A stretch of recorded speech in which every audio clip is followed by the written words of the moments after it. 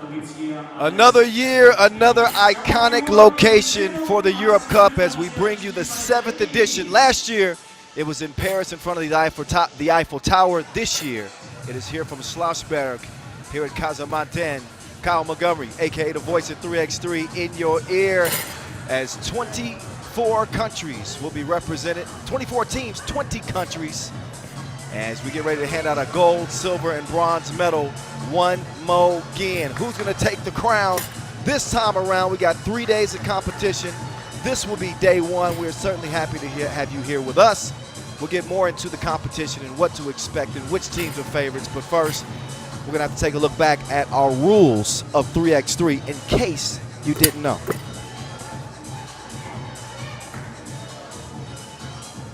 FIBA 3x3, baby. It's an exciting new brand of basketball. You got 2 teams of 3 players on the court, and you got 1 player sitting on the bench here with me. Playing on the half court with 1 rim. With the official 3x3 basketball made especially for the fast-paced outdoor game. The first team to 21 points is your winner, or the team with the most points after 10 minutes. You have just 12 seconds on the shot clock, and the clock is ticking, baby. Anything inside the arc is worth 1 point, while anything outside the arc is worth 2. Woo! That's how I do, baby. And once you score, the ball doesn't stop. Offense turns to defense just like that.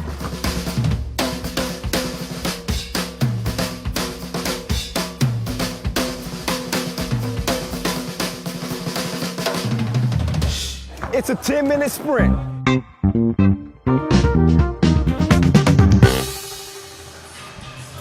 All right, let's state the obvious here. I was a little chubby in that video. My beard was a little bit disheveled. But my jumper was still wet, so don't sleep. Here are the rules in case you didn't hear it properly. This is a half-court game. Half the court, twice the fun. 12-second shot clocks make all the difference. Also, no coaching in this 10-minute sprint to 21. That's how it's been going down for over a decade now, and that's how it's going to continue to go down. Not quite 10 editions of the Europe Cup, but this is the 7th edition.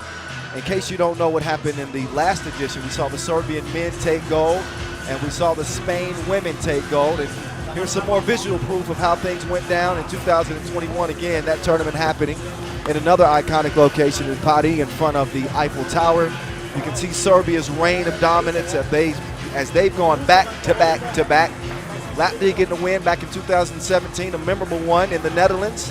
Slovenia in 2016, and Romania winning the opening edition in 2014. That's the men's competition.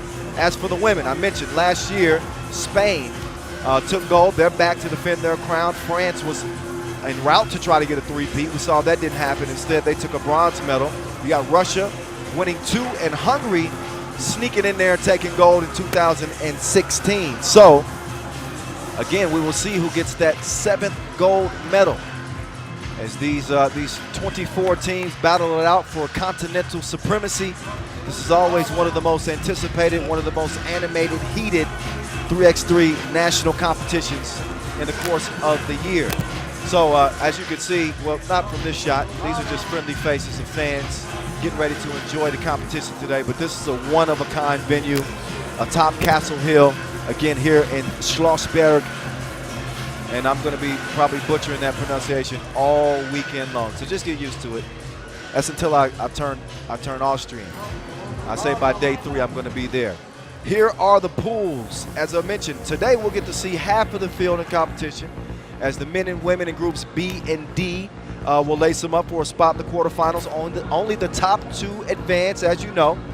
So today we'll see last season's silver medalist Lithuania along with host Austria. Not to forget Powers Belgium in the Netherlands. The women's competition will see world champion and European bronze medalist France get back to action with rivals Switzerland in that group. In fact, they'll play in the first game of the day. And don't sleep on Lithuania or Poland with 2 of the most dynamic scorers in the game in the women's competition. So it should be an action-packed day 1 Again, 3 days of competition. I hope y'all are ready. And some of you probably wondering how some teams got here, how some teams qualified. Well, 6 men's teams and 4 women's teams did not have to go through the qualifiers to land a spot. Of course, the medalists from last year's edition in Paris and federation ranking. Obviously, the hosts got spots. So I hope that clears it up a little bit for you. And big shout out to Graz, Austria. This is a city that's played a fundamental role in 3x3, especially in our Olympic debut. You remember just over a year ago, Graz hosted our Olympic qualifiers. So we saw the Netherlands, Poland, and eventual gold medal winners Latvia qualify for the Tokyo Games on the men's side. And we witnessed France, Japan on the women's side get their Olympic bids just a summer ago. So big business is at stake here. With only one more big international competition remaining on the schedule this year, we obviously have the World Cup. That was back in June. We'll have the AmeriCup coming up before the end of the year as well. All right, it is nearly time to get our first 10-minute sprint underway. France, your world champions from 2022 and 2021 Europe Cup bronze medalists. They seem to be trending upwards these days, but a little bit different look to their squad this year. And we'll get a closer look at both of these teams. Switzerland, while they have been a perennial contender, they have not won a medal at the Europe Cup yet, or the World Cup. So a big opportunity for the Swiss to potentially get something done. But first we'll get introduced to Team France. Les Bleus. Oh yeah, I've been waiting to say that. I've been waiting to say that. Keep an eye out for Djekundade. Miriam Djekundade, one of the youngest players on this French team. Djekundade has won on the women's series 1 time. She's representing for the international team 1 more time. Djekundade, just 24 years old. She's joined by Marie Manet, former world #1 Laetitia Guapo, and Hortense Limousin. There's La Guapa. Last but not least, one of the most decorated female French players that we've seen over the last 5 years. And she will be the centerpiece of Les Bleus. Look out for this team again.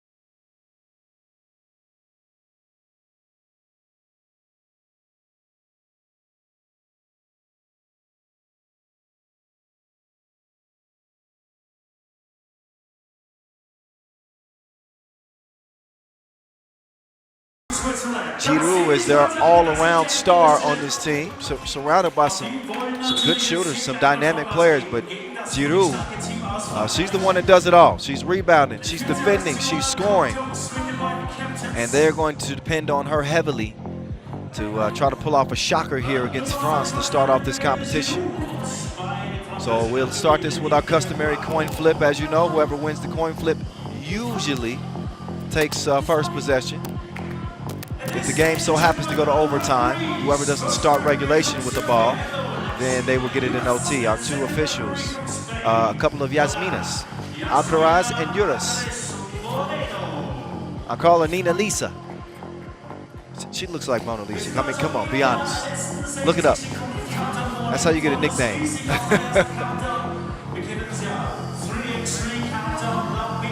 So they'll lay up, line it, and France have been the standard in women's competition for years.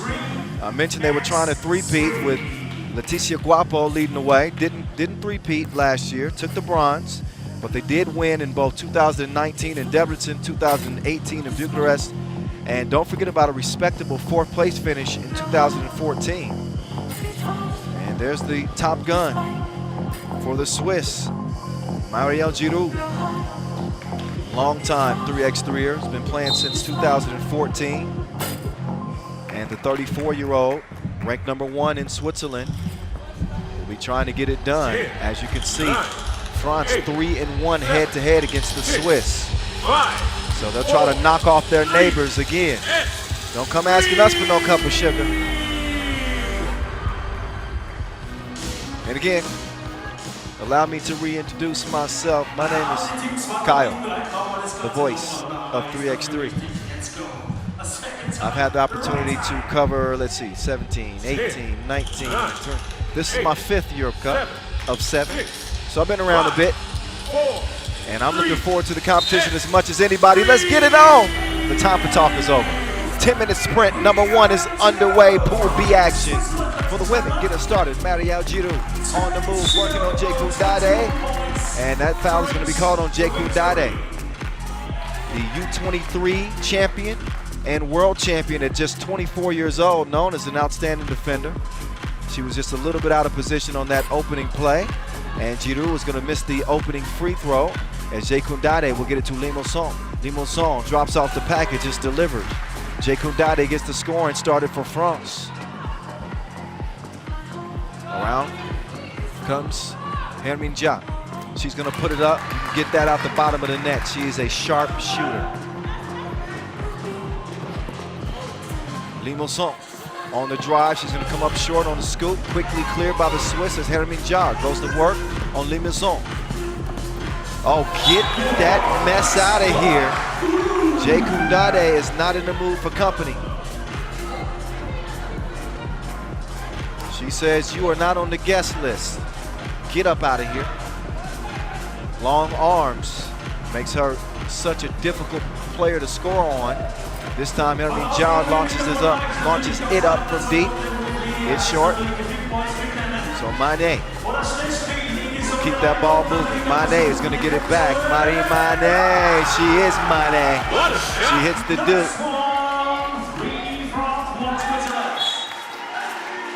It's 3-1 France.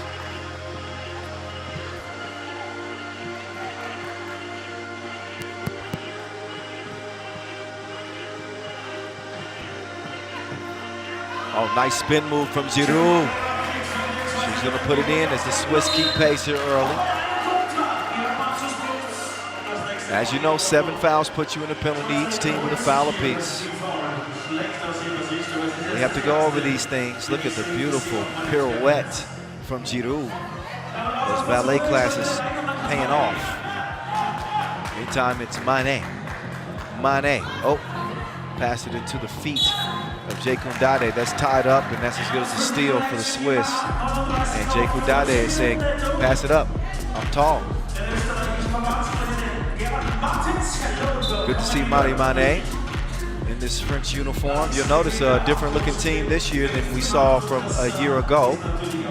No former world #1 Aminia Touré on this French team, or Marie-Ève Paget, 2 Olympians.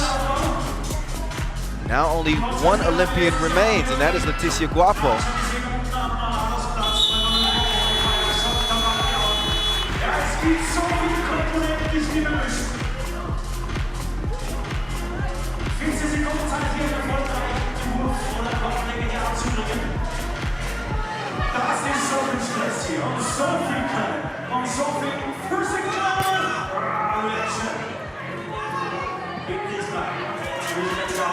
Three-two.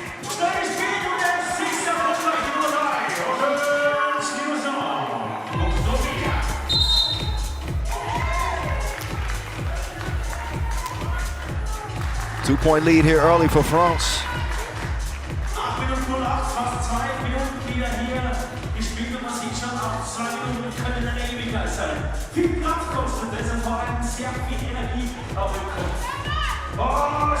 Limonson in for the score.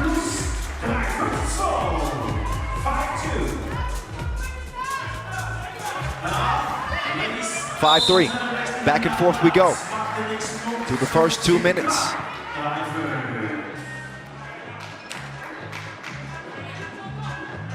Take another look at Limousin. Starting the action with Djekou Dade. That is a classic give and go. They share the Wilson on this French team. There's an example yet again as France assumes a three-point advantage. Hermine Jarre getting to the baseline. She's stepping on the line and is going to turn it over. She's going to step out as Constantine will come in. Nice move, but just didn't watch those feet.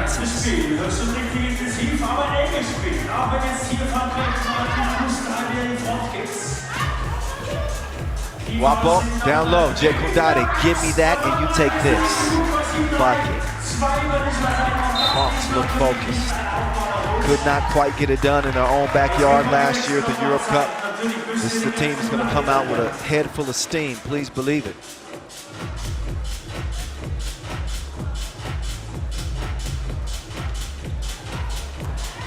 Mane, finishes. Nice cut. Hermine Jarre doing her dance. Long arms from Mane, pokes it away. And interestingly enough, as you have Switzerland and France here, all 8 players share the same mother tongue, French. And as you know, Switzerland actually have 4 official languages: French, Italian, Swiss German, and one more. Romanche. I didn't even know that one. What is that? I knew the other 3. That's teamwork making the dream work, y'all. I've never even heard of Romanche. We got some smart people around. Meantime, to the left is Djekou Dade. Hand up, throws the shot off. Hermine Jarre couldn't get it to go. Now she's going to have to try to slow down this French attack as they are coming downhill. Fast and furiously, that's poked away. Giroud got a hand in there.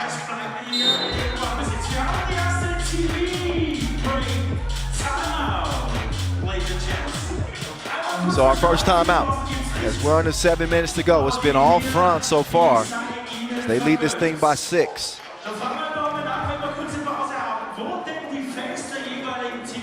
Take another look at Djekou Dade. She's been active not just on the drive, but setting her teammates up. You can tell this French team has been in the lab. 12 men's teams, 12 women's teams, all gunning for gold. 3 days of competition here in Graz, Austria, home of Arnold Schwarzenegger. I've been back. All right, that was bad. I'll try again later. I got to warm up my vocal cords. Mane, that stroke was broke. Comes back to her anyway. She's going to get a second try, and it's dime time. Sets up Limousin. 7-point lead, France. Not slowing down. Neither is Hermine Jarre as she attacks. She's going to earn a whistle and a trip to the stripe. Evita Hermine Jarre. 23 international caps for the 24-year-old. And she's going to make it happen at the free throw stripe. But a 3-possession lead here for Les Bleus. Oh, took her. Oh, beautiful move. Put Giroud down, but Guapo didn't finish it. So that won't show up in the highlights today. Not likely. Giroud is poked away. Mane is out here D'ing up. They gotta love the energy that Mane brings to this team. She's gonna check out for a moment and let Djekou Dade step in. Both of these players, top-level defenders, so they're not losing a bit as Mane checks out. Some good balance on this French team. We'll see if the Swiss can do anything. Well, Limousin missed the layup herself that time. Wasn't nobody there. Now Guapo working on Constantine. Guapo's going to step through, and La Guapa is built different.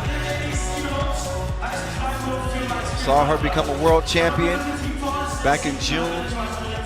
Such an emotional win for Les Bleus as the women took gold and the men took bronze. Guapo leading the way on that team. But she cannot set the example from the free throw line.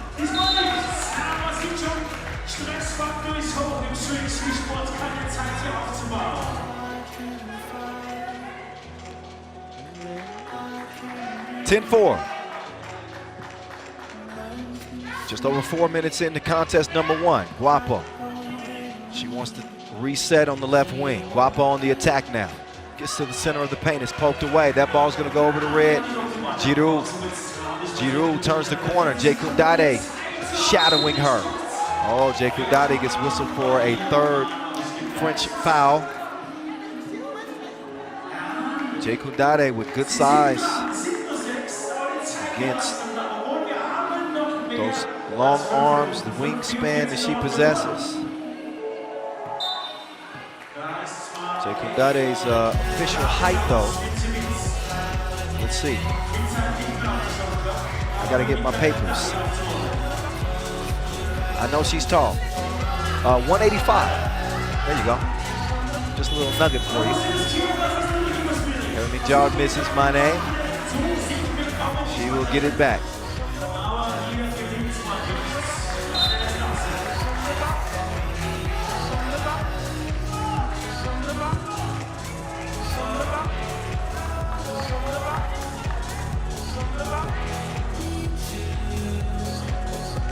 Back to it we go.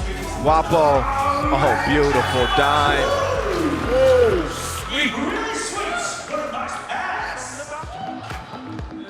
Oh, Giroud. In the process of spinning, she ended up getting whistled for an offensive foul. Mane was in position. That's now 4 on Switzerland.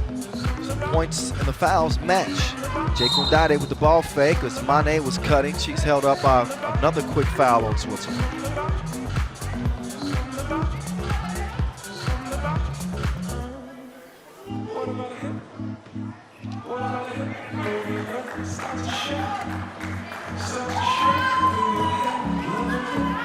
Pull up, no.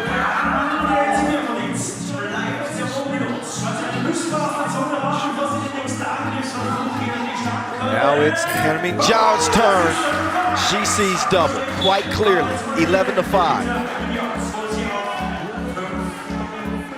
Taking another look is Hermine Jard. All she needs is a glimpse at the rim, and with one flick of the wrist, she gets a 2-for-1 discount. 6-point advantage France. This has been the story for most of the game. Limousin to Guapo. La Guapa. That wasn't so pretty. Off the iron it goes. Hermine Jard with the quick clear. She's clear for takeoff. Gets the score plus the foul. Switzerland, they ain't going nowhere. You know they got a ton of fight in them. It's the reason why they're always knocking on the door. And Hermine Jard is going to give the Swiss some breathing room here. Not some breathing room. She's going to be a fresh breath of air. How about that? Yes. The game is actually tightening up. Down to 4 points now.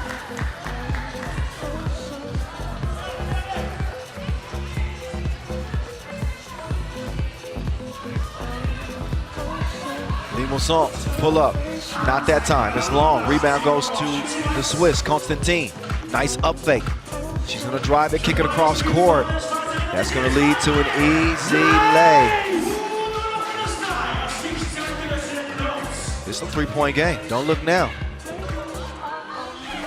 Oh, no defense can stop that. Mane with a tough score over Francina.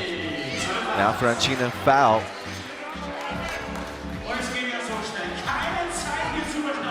Another look at Mane's tough shot off the square. Off balance, great touch.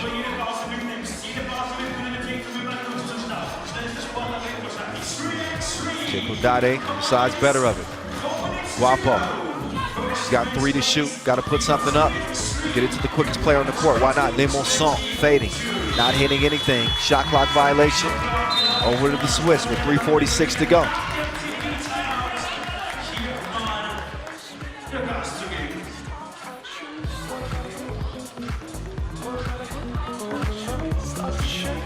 So our final TV timeout. Each team, of course, is also awarded 1 timeout apiece per game. as we bring you this 7th edition of the Europe Cup, brought to you by Win Today.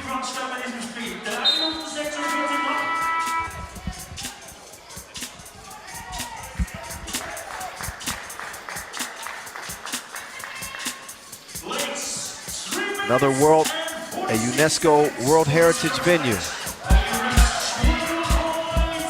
You won't see one like this very often. 12-8. In the cut like Neosporin is La Guapa. Look that up. Oh, she put her own skates. Nice cross by Minjar. She didn't finish the play, but that might be worth a second look just for the crossover itself.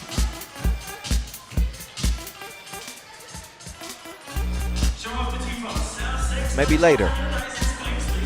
5-point difference. Minjar, bottoms. 2-possession game. Less than 3.5 to play. Step back, in and out. Mane couldn't land it. Playing some pressure defense way out near the out of bounds line. At least she poked that out of bounds. That's should be Switzerland ball with, they see 8 seconds to shoot. Maria Giroud has it poked away, quick hands. So you got to watch your pockets going against the French. Long arms, good instincts. Only 2 to shoot now. Got to get something up quickly. Minjar. She is in her bag like cosmetics. It is 13-10. Short range Jay missed. Jay Kundade now trying to defend Minjar. She's been tough to guard so far in this tournament. Minjar making the move. She's going to chunk the deuces. That one just barely rattles off the iron. Over to Le Bleu. Now it's Jay Kundade. That's easy as 1, 2, 3. Layup line, 14-10. Giroud has it poked away. Oh, look at that defense.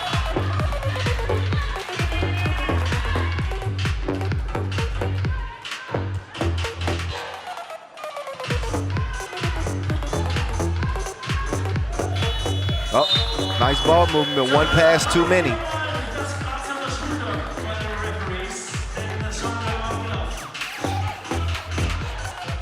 Take another look at Jay Kundade getting the step. She can finish on either side of the rim. We saw the tough left-handed finish earlier. Then she finishes with the right hand. It's 14-10. France with another thievery.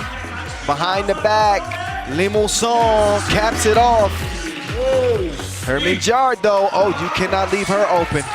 She will shoot the lights out in this place. It's 15-10. Minjar working on an incredible game here for the Swiss. They can thank her for keeping them in it. She's also credited with that foul. Look at Minjar. She's shooting like she got a scope out there. And she's got the French in her sights. Can she gun them down? Trailing by 3 with 1:47 to go. Sprint to 21.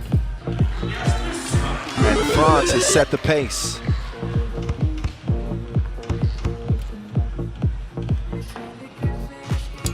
And a couple of free throws. Good money.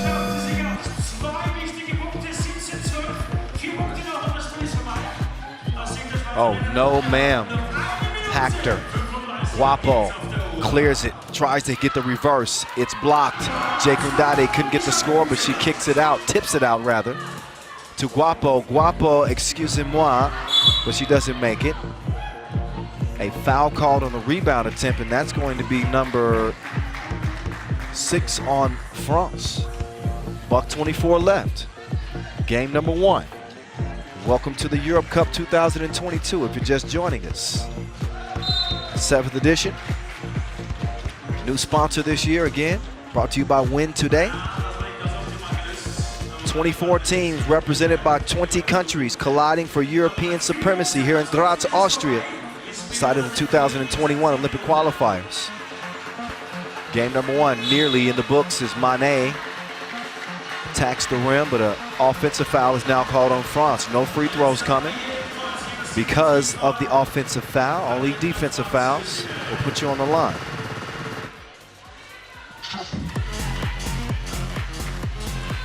Mane with the Wilson in hand. Mane down to Guapo. Mane's gonna cut. Guapo is looking for somebody to get open, but she's running out of time. Never mind. Mane on the cut. They have been slicing and dicing the Swiss defense as Constantine elevates and hits the mid-range J, but it's been the off-the-ball movement that's really made a difference for Les Bleus as Guapo gets in for Le Scoop. No, shooter's roll. That two-piece will make it a 4-point game. It ain't over with yet. Not quite. 41 seconds left, but France, all they need is 2 points. So first priority for Switzerland is going to have to be defending that 2-point arc. They cannot afford to give up a look or this will be over.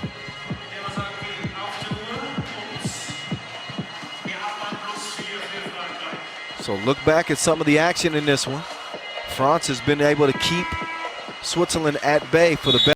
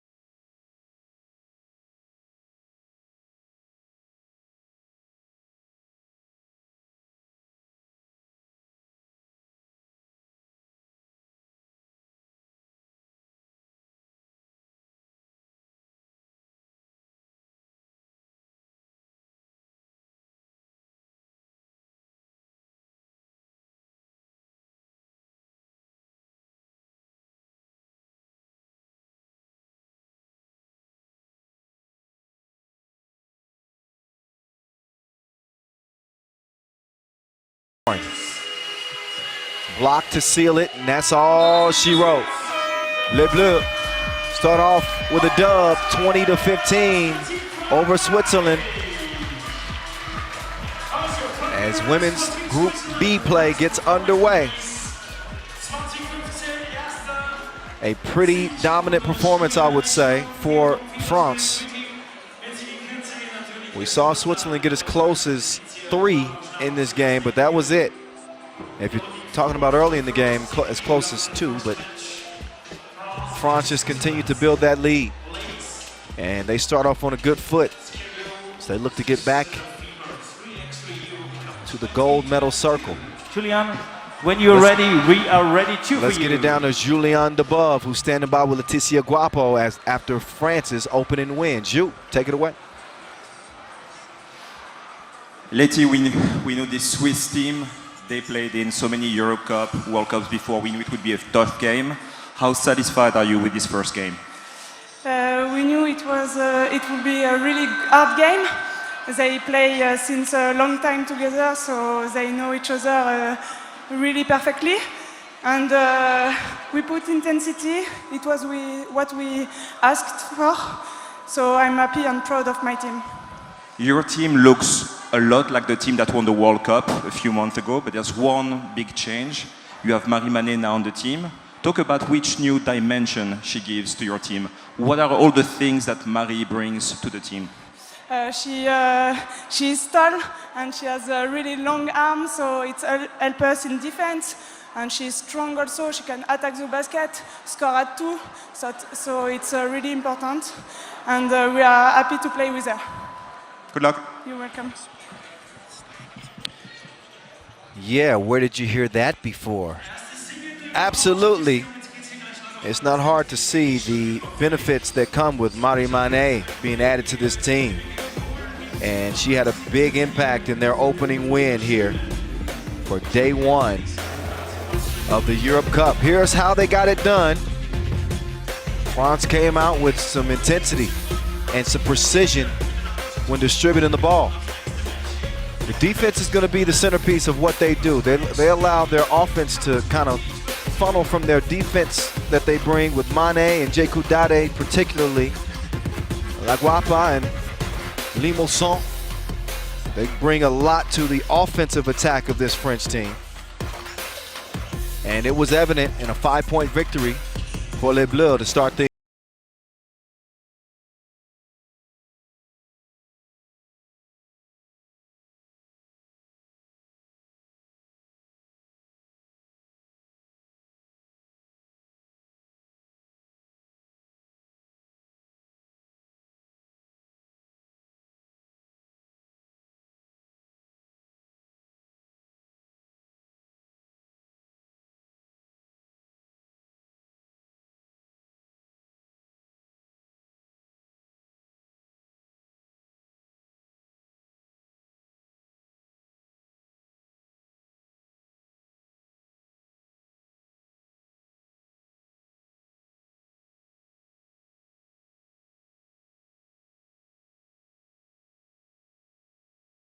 The hilltop FIBA 3x3 12th century Euro construction Cup 2022 Steiermark. Graz, Austria. Started as a residential and farm area. Farm buildings were added obviously after the 12th century. And you can just feel the history around you here. Surrounded by this centuries-old stone. All right. Poland is going to take the court first. Poland with a good team here with Aldona Manovic, Dominika Feiser, Klaudia Gerchin, and also Klaudia Sosnowska. Sosnowska, a former #1. They finished 6th at the World Cup back in June. Team Poland looking to take it a step further this time around at the Europe Cup. Their best finish at the Europe Cup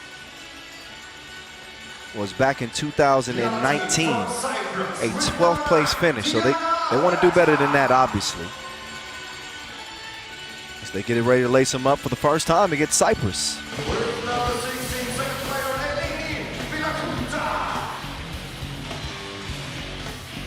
So Cyprus will come out in the blue.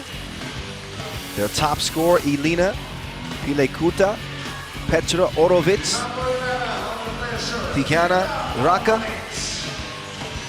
and Beatrica Akathiotou.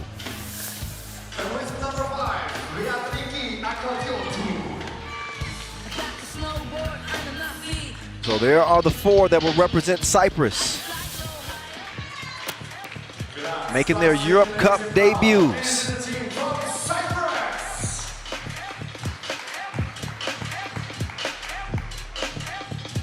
So they're going to have their hands full against the favorite here, Poland. Make no mistake about it.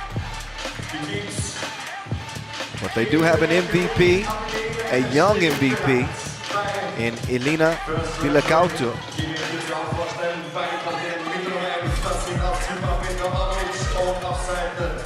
And don't sleep on Dominika Fischer either. Her name may not be so familiar, but her face and game are. She got married 2 months ago and changed her name. That's why, see?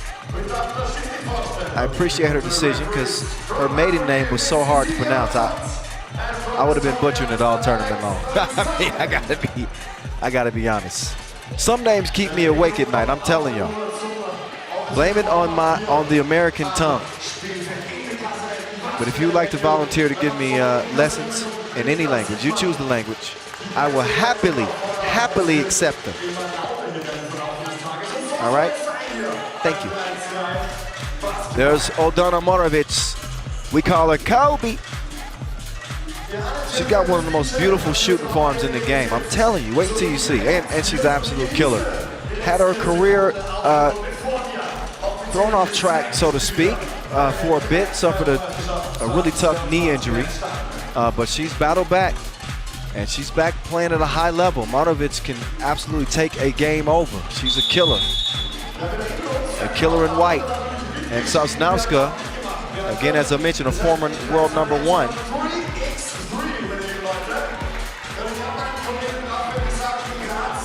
She's a dominant player, rocking number 13. So I'm not trying to scare Cyprus fans when I say that this is going to be a tough matchup for them. I'm just keeping it $100. Don't steal that. That's my personal The Voice saying, $100.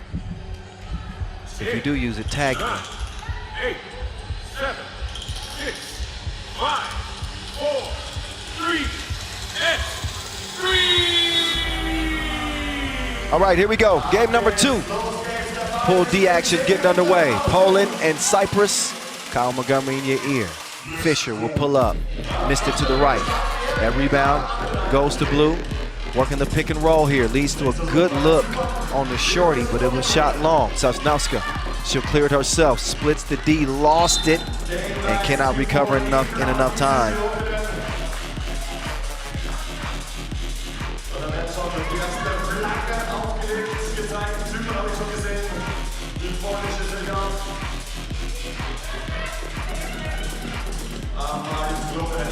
That ball nearly goes out of bounds. Somehow they managed to save it.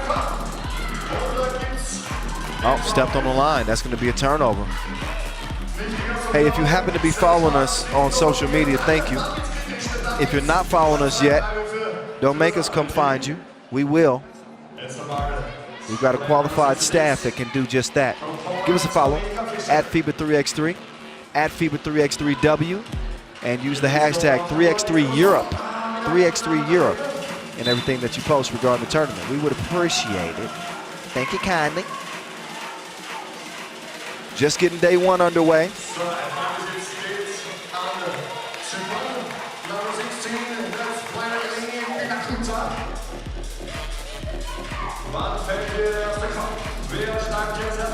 Step through, tough bucket. You cannot be mad at that. Ako Theotu. The kick out to Fisher, sets her feet, but the sights were off. Gerchin will recover the rebound, and Gerchin is fouled on the way up. Gerchin will shoot 1.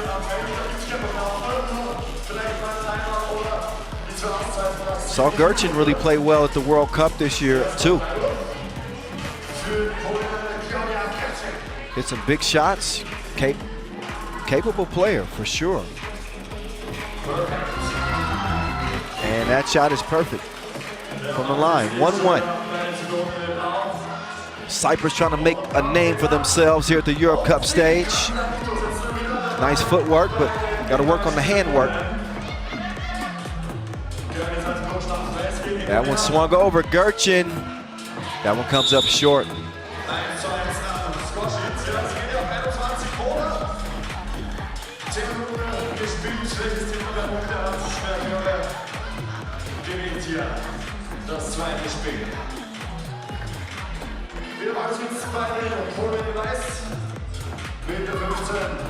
All right, back to it we go. Sosnowska. Mid-range, making it rain. 2-1. Soft touch from the Polish big. 1.5 minutes in. Oh, nice up and under, all of it. She wants all of it. Beautiful touch. as he finishes on the left side of the rim. Sosnowska to the crib. Poland reassumes the lead.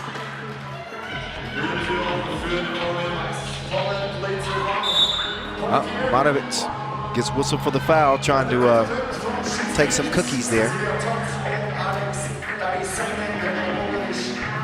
Take another look at the up and under.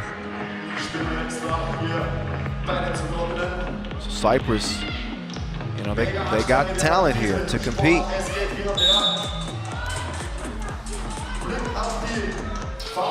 Another foul called on Poland as they're up to 2. Saw the Polish men pick up a bronze medal at the Europe Cup last year.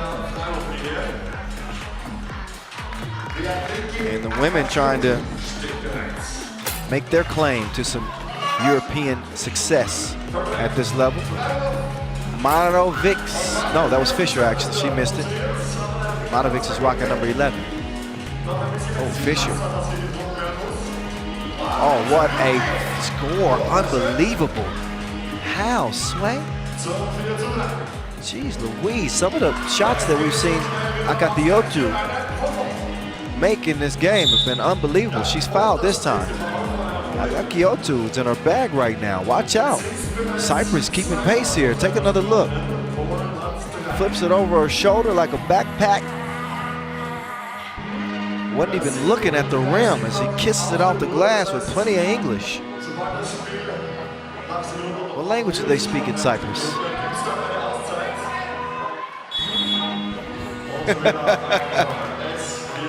Of course I knew it was Greek. Of course. And Turkish. And yeah, whatever. It's 4-4. Trying to get it to Manovic, but Sosnowska's pass is poked away. That'll leave him with 7 to shoot.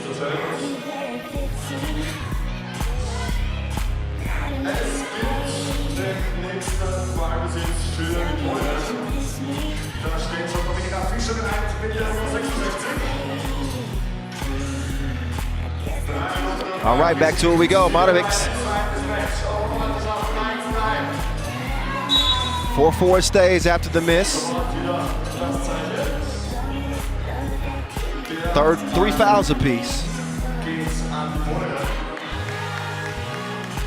And almost 3 minutes into our second contest of day number 1. Up 3. Top 2 from each group advance. Just a reminder. I hope you don't mind.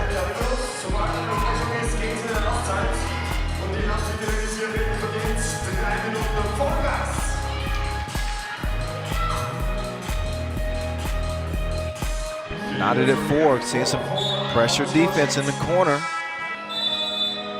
Poland is locking in. TV timeout. Both teams will step aside.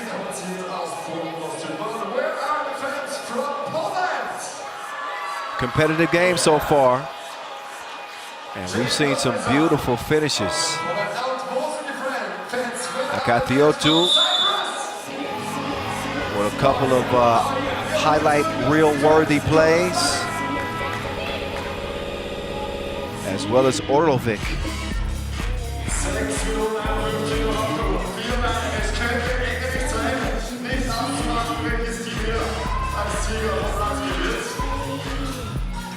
Back to it we go. Poland trying to break this tie. Oh, Sosnowska couldn't score it. Neither could Gerchin. Comes back to Sosnowska. She's already got a mid-range jumper, but she is sent packing. You tripping. Get it?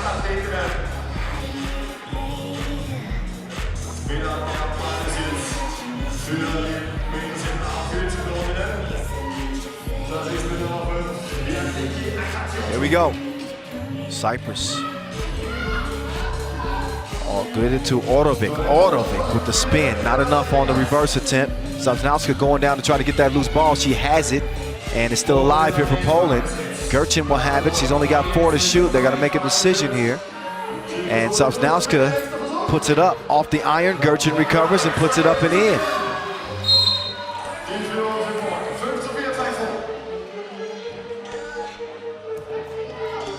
So Gerchin, She's responsible for that last score for Poland. She averaged about 4 points per game at the World Cup this year.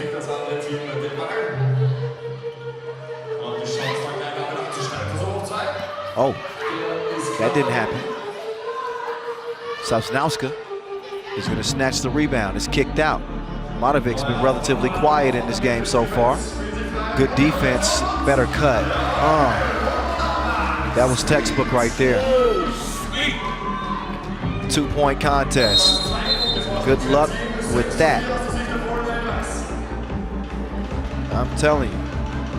Eleni Vilacauta, the 22-year-old standing 192, is a problem when she gets it in the post. As I mentioned, MVP from that Cyprus qualifier.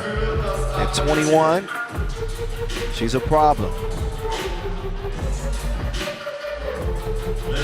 Averaged about 6 points per game in that qualifier.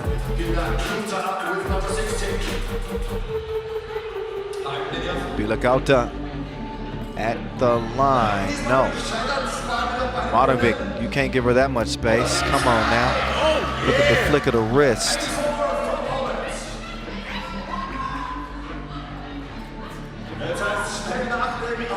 Loose ball goes to Gerchin. Gerchin rocked her, kicked it. Matovic swished it. Teamwork making a dream work for Poland. Nice combo right there. That's like ketchup and mustard.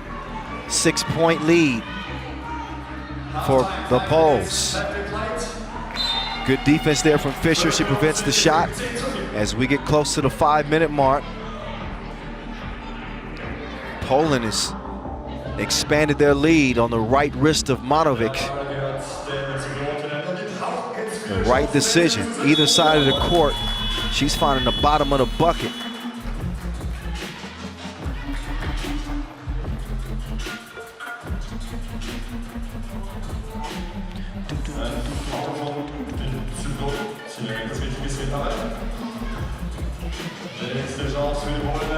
Oh, get that out. Good defense, great timing on that swat.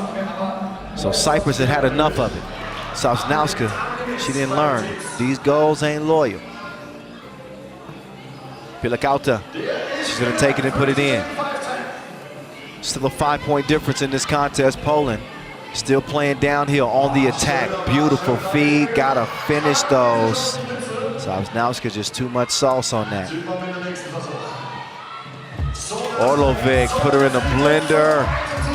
Doesn't come away with the score. Foul blue. That's number 4 on Cyprus. They trail Poland by 5 points. But the Poles have committed one more foul.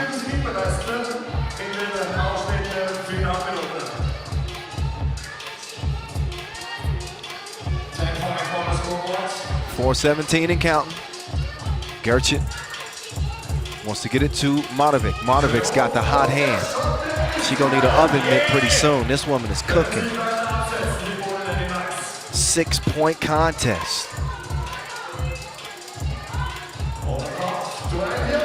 Vilacauta couldn't get the scoop. Back to Matovic. Matovic, whew, barely missed it. Nice touch pass to Gerchin, and she's gonna finish off the dish.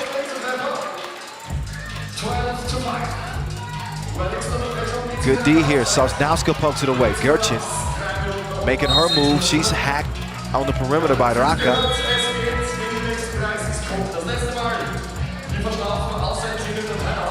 Take another look at the heads-up play from Matovic. She does more than score it. She distributes as well. 7-point lead is what Poland is enjoying at the moment with 3:37 to go. It was close early, but once Poland kind of got their rhythm, we have not seen an answer from Cyprus yet.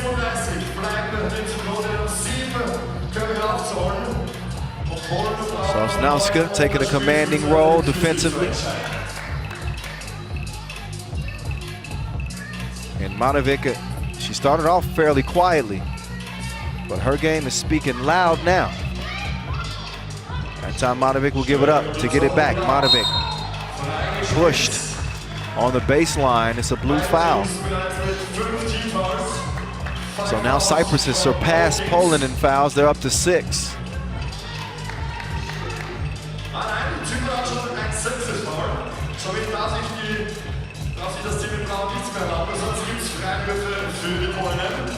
To the crib.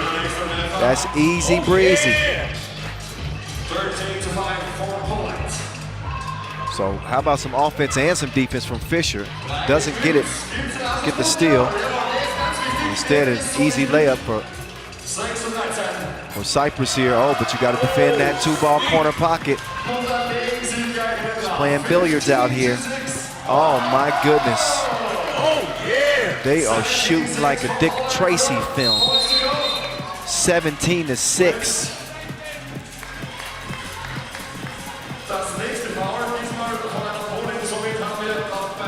Poland has blown this thing open.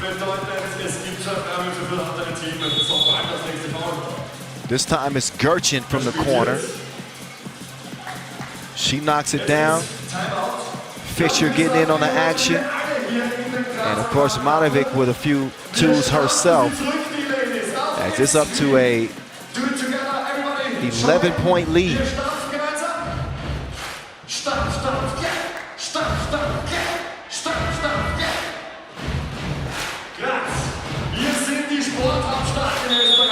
So the action continues from here in Graz, Austria. 2022 Europe Cup. In your face, Kyle Montgomery, aka The Voice, in your ear. At 3x3 The Voice, if you care to follow. 6 fouls apiece. Next defensive foul, we'll see free throws. Looks like we're going to be seeing Poland walk into the win column. Cyprus with just 6 points to their name in their Europe Cup debut. Not exactly making a resounding impression in game number 1, but there's still time. Don't worry. Still some time left in this game. 2:43, not a lot. I would say the odds are not in their favor, especially after that free throw from Gerchin.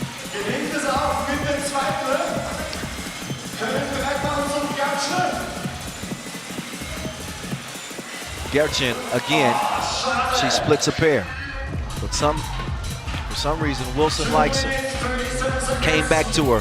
Matovic halfway down, and it's got spat out by the rim. But an 18-6 lead for Poland. They are not worried. Matovic to Gerchin. Gerchin to Matovic. Matovic. Oh, no, she missed it. Comfortable distance, though, for Poland. 18-6, Raka to the rim, no man. So Snowska will kick it out.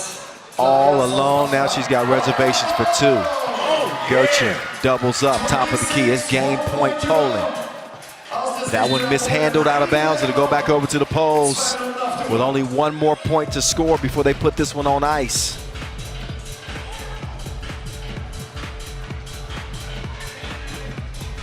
Take another look at Gerchin. All day long. Target practice for her.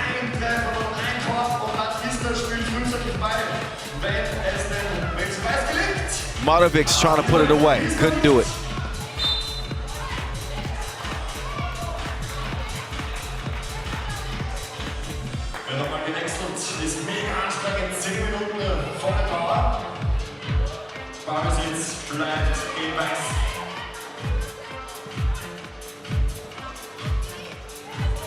Good defense there. Cyprus are able to poke it away.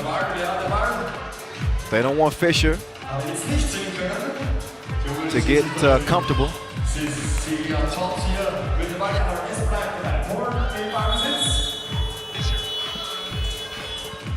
Shot clock violation. So Cyprus is locking in. They've suffered because they've given up too many looks from 2 range from a sharp shooting pole team. And they have not been able to put the cookie in the cup.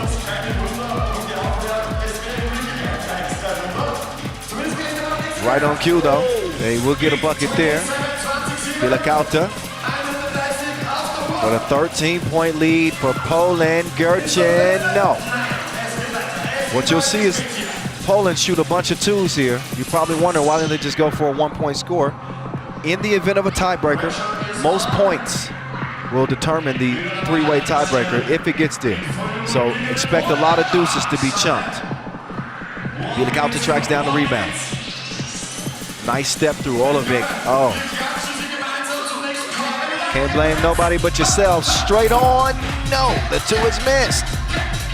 Under a minute to go now. They're getting every look that they want. Fisher swings it now. Sosnowska. No, Gerchen. She likes that side of the floor. They don't like her back. Not that time, at least. Fisher. Gerchen will try again, top of the key. And it's a miss. They haven't done a whole lot of missing in this game. But Poland's hit a little bit of a dry spell here. No worries, they're going to win this contest.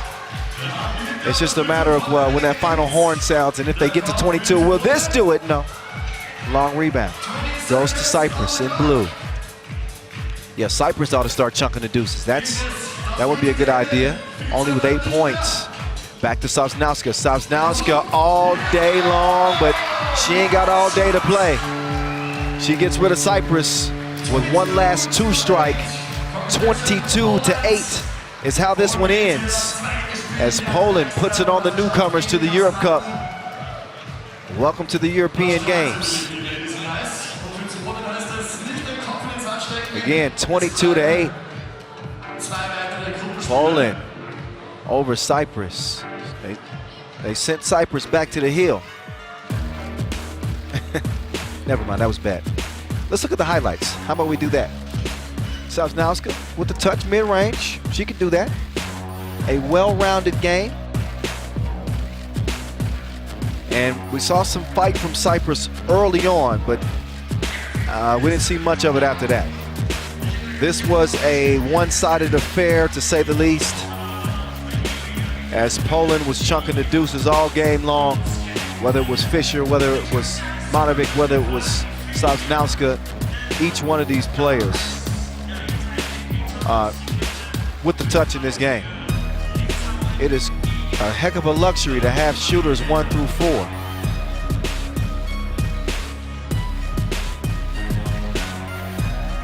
And they put it on full display. Poland. Manovic had a stretch there where she hit 3 twos in a row.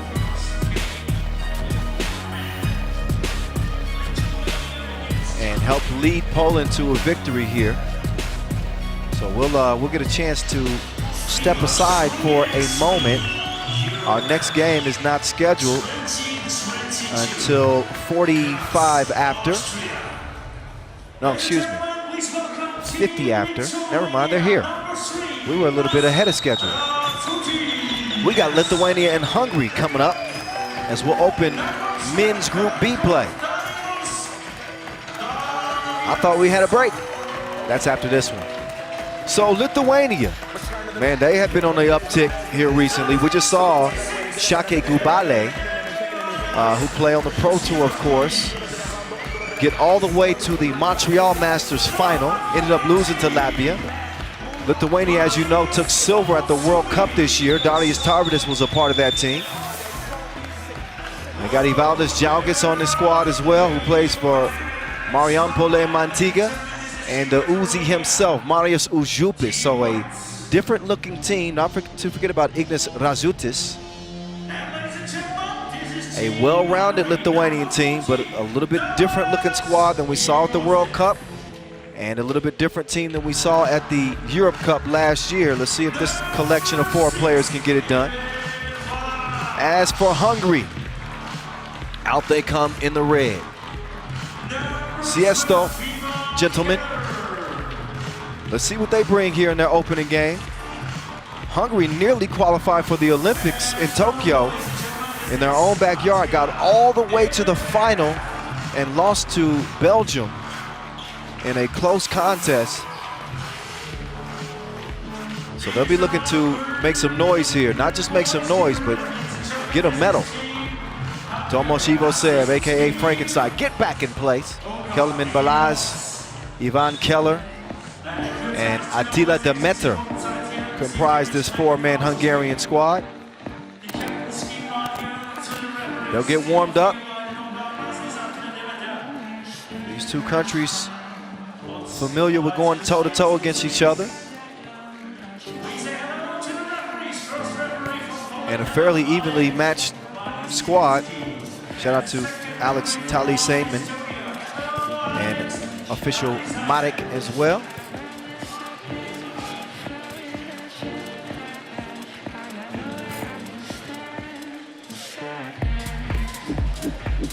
Hungary come in after finishing 21st in the Europe Cup last year.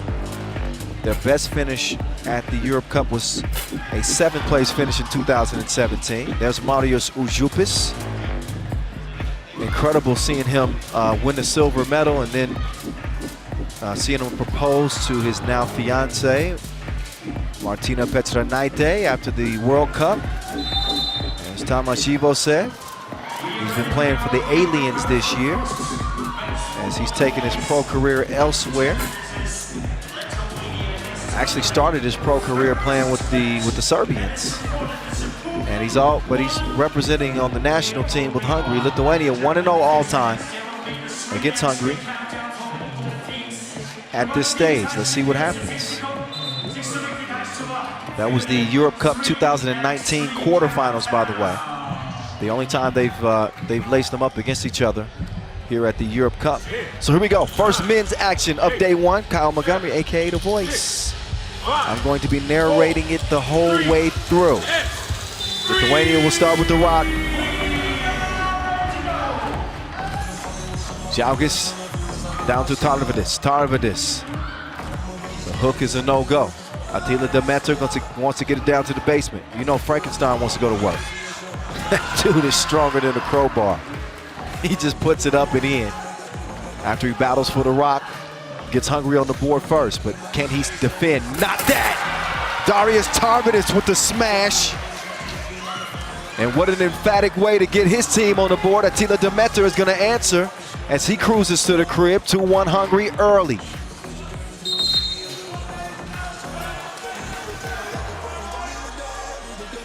So Lithuania again coming up. Their medal count is getting better.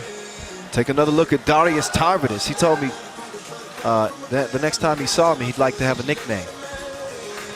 I'm working on that, Darius. He's working on his defense a little bit too. That's a hell of an assignment trying to stop Tomasz Iwo. He's a decorated player as well. Saw him as a member of that 2018 undefeated Novi Sad team on the Pro Tour, where they went 32-0 en route to a World Tour final title. Frankenstein is going to get that one to trickle in.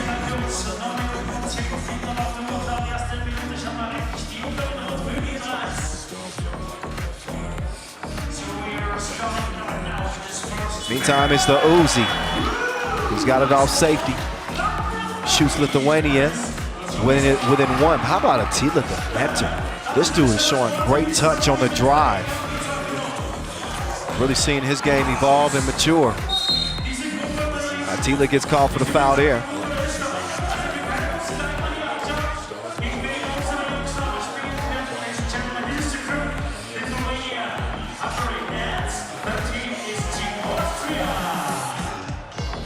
So Hungary leading by 2 here early.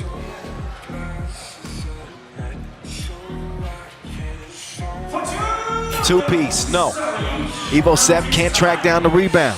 Iwo from the corner now. Smartly tries to throw it off Jalgis, and then Iwo, oh, he sold the bag.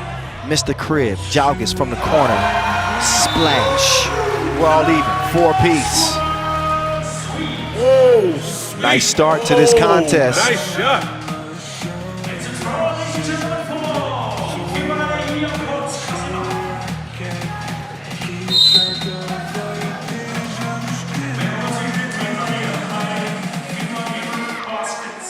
2019 Europe Cup was actually hosted in Hungary, Debrecen.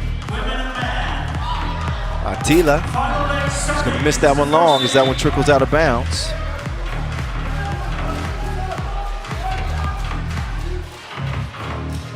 Also see both of these teams play homestanding Austria by the end of business today. Anytime it's Darius Tarvidis, strong drive, soft finish. Oh, Ivosep hacked by Ujupis.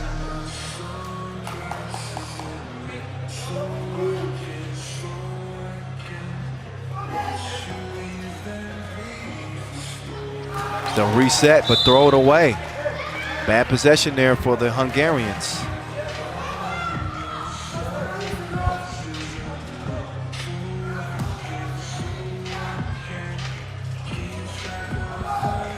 Ujupis setting up, trying to work on Balash. Nobody there to defend Tarvidis, and they didn't need to be. Down to the post office. The mailman, he's got a delivery for you. He's gonna come in to your front door whether you want it or not. You're gonna get this mail. You're gonna get that 2 to the head as well as Uzi unleashes. 7-5. Demeter's pass is broken up by Tarvidis. He saves it, but to the wrong team. Demeter will turn around, and he's gonna get the shooter's roll. Back rim and drops in. Hungary down by 1. 7 minutes and 6 seconds. Watch out our LED wall. Ladies and gents, this is 7.6. 7.6. So nice contest. Back and forth affair to start things off.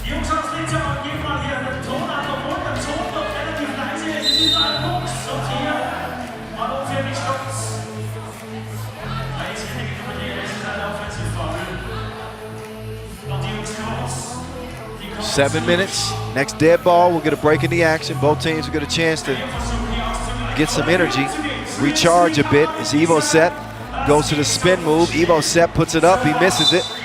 Reaches in. And I think he's called for the foul. First TV timeout. Again, Lithuania with a 1-point advantage. You see Darius Tarvis go up top for a nice throwdown. We've seen Marius Ujupis show off that stroke. The Hungarians getting a good game so far from obviously Tamas Ivosep, Frankenstein. He's very much alive, but also Attila Demeter. Come on and clap your hands. Clap your hands. Clap your hands. Clap your hands for our boys.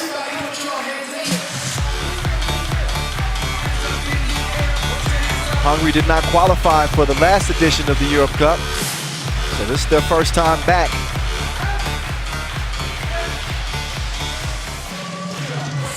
Long ball, too long. Jalgis comes away with the rebound. He quickly gets it over to Tarvidis, Darius Tarvidis. He's hacked by Ivosep. That is number 4 on Hungary.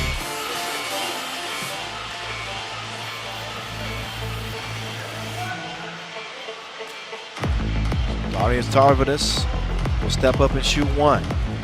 Tarvidis, a part of that Lithuanian team that took bronze back in 2016 at the Europe Cup. And he's gonna cash in right there. Demeter, oh, got the friendly bounce from beyond that 2-point arc. We're all locked in, 8 apiece.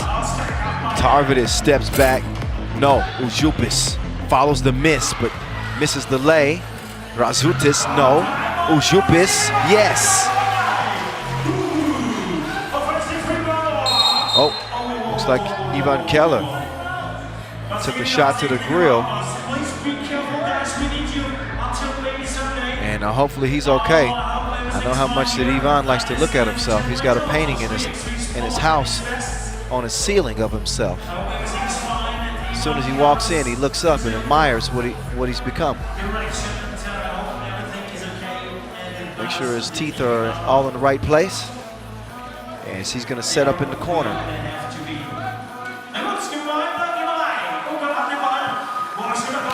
Slick pass attempt by Ivosep is poked away.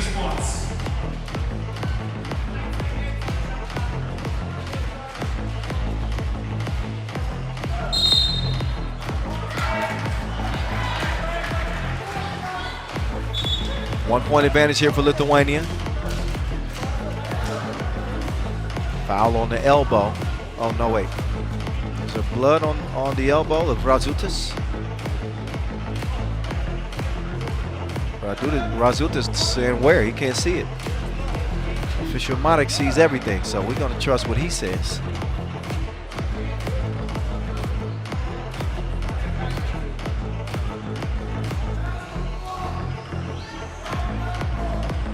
Approaching 6 minutes. Here comes Uzupis, wants to hand it off. Sets a soft screen as Jalgis is able to draw the foul.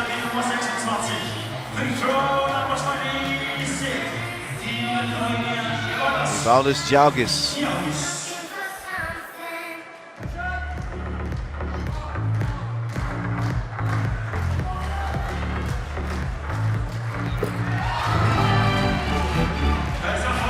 Two-point lead for the Lithuanians. Evo set. Pulls up mid-range. No. Kellerman getting out to defend. He does throw the shot off. Oh, nice pass. Dime set up from Demeter to Frankenstein. Tarvidis. No. Nearly had the touch. Here comes Hungary. Foul white. That is number 7. As Lithuania reached the penalty first. Take another look at that hamburger helper to Frankenstein, who finishes the dish.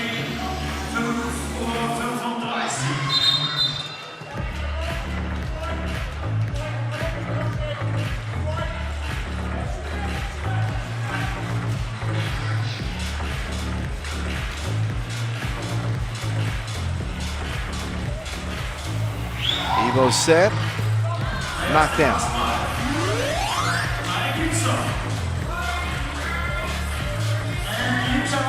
Evo set with 33 international caps. He's won 8 events on the Pro Tour. And he's good at the free throw line, in case you didn't know. Hungary in front by 1.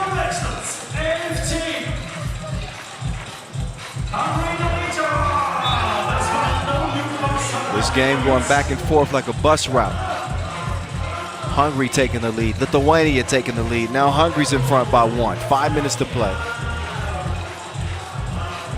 Neither team in a good foul situation. Defensive fouls the rest of the way will amount to free throws. That one thrown away. Tarvidis with good position on Demeter underneath, and Tarvidis is going to get it to go up and in. Tarvidis was 8th in scoring at the previous edition of the Europe Cup. He's a bucket getter, so is Frankenstein. Kicked out. Oh, Uzupis passes it up. Uzupis attacks the rack, but he's met by Demeter, who was straight up. Some of you probably wanted a whistle there, but Demeter said none. Solid defensive play. The offense is still a work in progress as that shot goes off the back iron and out of bounds.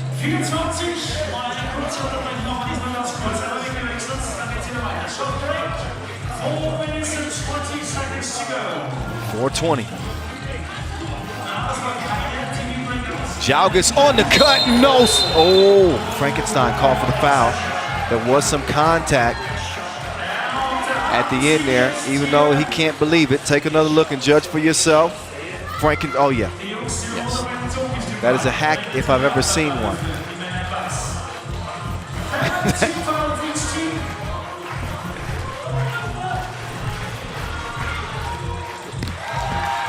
Jalgis, good at the line.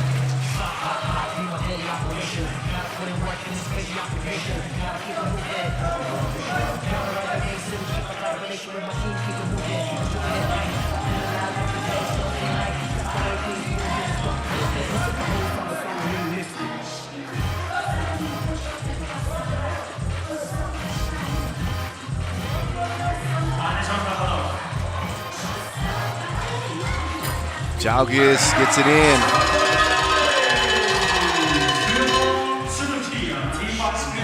Thirteen to 12. Oh, nobody home to get that pass.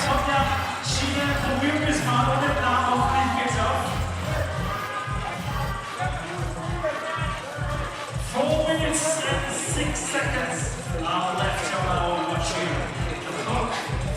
first man match. Valdis Jalgis wants to give it up to Uzi. Uzi patiently waits for Jalgis to get some space. Jalgis, listen, that's a strong dude down there. Demeter, man, he can finish on that left side of the rim with that righty scoop. Great length, great touch. Jalgis clears some space again. He was trying to play bully ball with Keller. Another look at that finish from Demeter. Really seen him come of age here. Taking advantage of the size mismatch. Got the step and finishes with a fillet. It's 14-13. First men's action here, day one. Hope that you guys are enjoying the action to this point. Still early. We got 12 games today. We'll have 12 more tomorrow. We'll have a 16-game day 3. That's medal day. A lot of anticipation for this 7th edition of the Europe Cup, brought to you again by Win Today, the official gaming website of the Austrian lotteries, and already a partner of the Austria Professional Basketball League, the Superliga, bringing us the FIBA 3x3 Europe Cup 2022. Jalgis back up to the line. He's going to try to get the second of 2 to go. Good defense right there. Knew the pass to the corner was coming. Razutis will kick it. Tarvidis going to the spin move. Razutis now open. He fires a blank. Keller skies high for the rebound.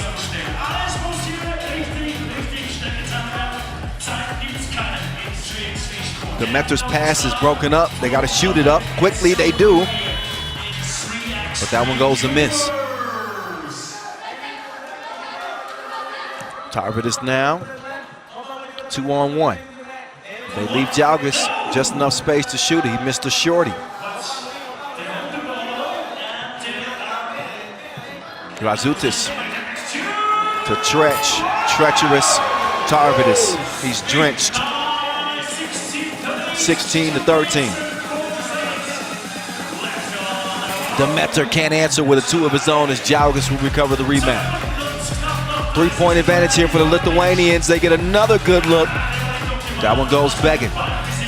Frankenstein setting up the 2-man game here. He wants it back. He's got it back. Gives it up to Demeter. Yep. That one's snuffed out. They run out of time. It's a shot clock violation. Ivosev is telling the young fella to shoot it. You ain't got to tell Darius Tarvidis to shoot it. H2O. Wet J. Darius Tarvidis bringing his skill set to this very well-balanced Lithuanian team. Extremely well-coached squads, both of them.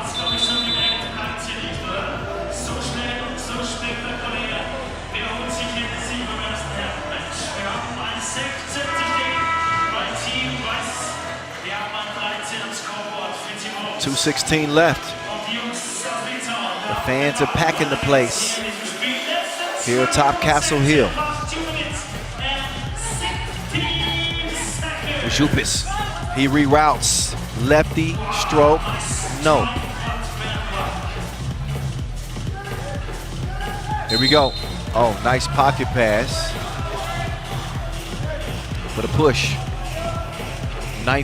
9 fouls on Hungary, 7 on Lithuania. That's an offensive foul. No free throws coming on the heels of that. Top of the key. Oh, they leave Darius Tarvidis by himself. That's not normally one that he'll miss. I wouldn't test him again from up there. Oh, beautiful move by Ivosev. Ivosev's so good at making you feel that initial strength, and then when you anticipate it the second time, he's so nimble on his feet, he'll spin away from you. He's not just a big brute, a big bruiser. He's nimble on his feet.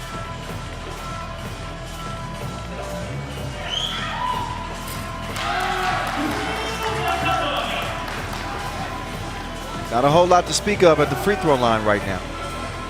And Hungary need every bucket they can get. $1:46 left. Lithuania leading this thing by 3 momentarily. We'll see what Ivo Sepp can do here. Frankenstein gets it to go down.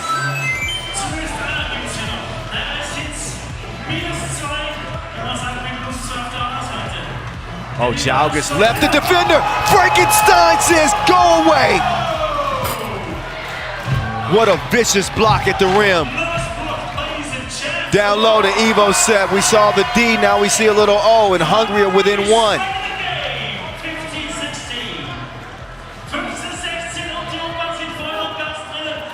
Nope, no D. Ivo Sepp now. Oh, awkward release from 2 range.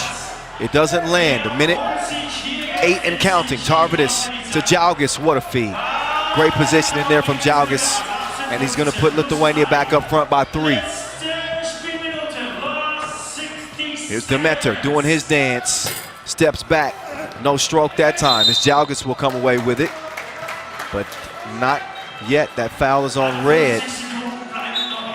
Take another look at this vicious denial. Fam, we don't want you here.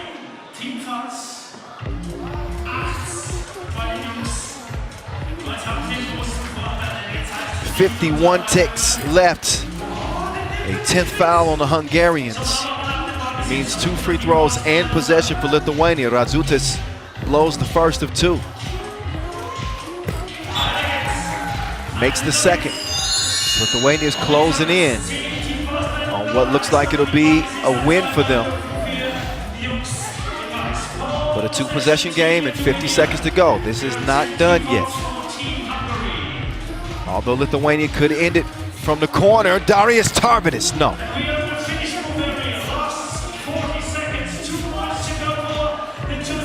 Coach Daniels is over there going crazy, as he always is.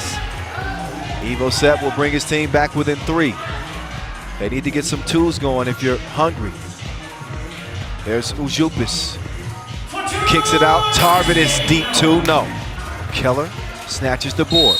He's going to reset.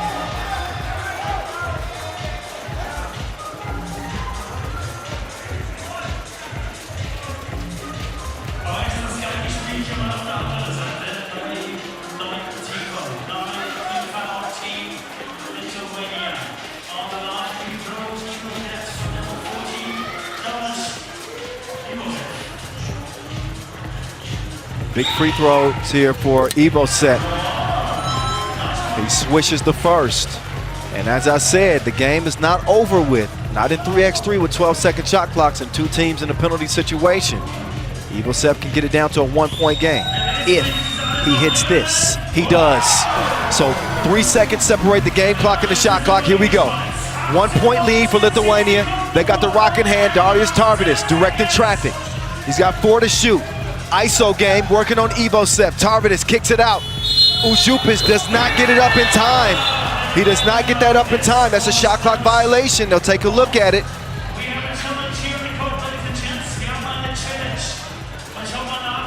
So we're going to see just how much time that Hungary will have left to shoot.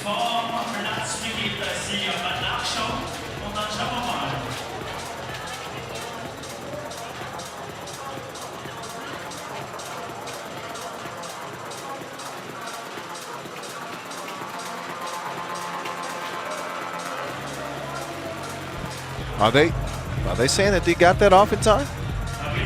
If he got that off in time, it's game. But from my vantage point, it looked like that was late. So 3.2 seconds are left in this game.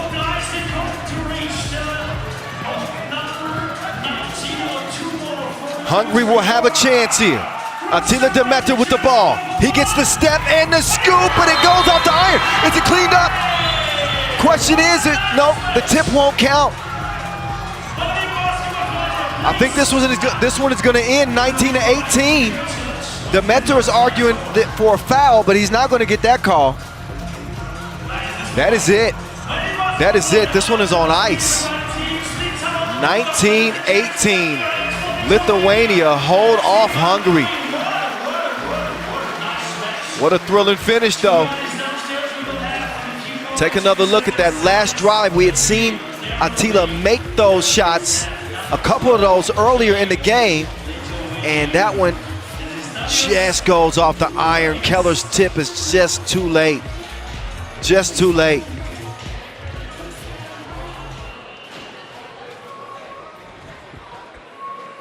All right, let's get it down to Julian Dubov, who's standing by with Darius Tarvidis after that thriller here in Graz. Darius, it's not easy to have easy baskets with Tamas Ifoshev in the paint. How difficult was this game and this win? Very difficult. I'm very happy we win. It was the most important. Doesn't matter how we play, we have to bring the win. So it was very difficult. Hungary is a very good team, and thanks them for the game. On a personal level, this year it's been a very difficult season on the World Tour, but it seems like when you're playing for the country, when you're playing for Lithuania, you get all those great emotions and vibes. Talk about how much it feels for you, how much it means for you to play for your country. It means a lot to me. I always ready to play for my home city, home country, you know, for Lithuania. It's a big honor, very big responsibility. And you know, I'm coming, I give all my heart and hope the best, you know. Good luck, buddy. All the best. Congratulations, Team Lithuania and Darius. Congratulations to Lithuania on an opening win where they just got by the hair on the chins. Let's look back at the highlights in this one.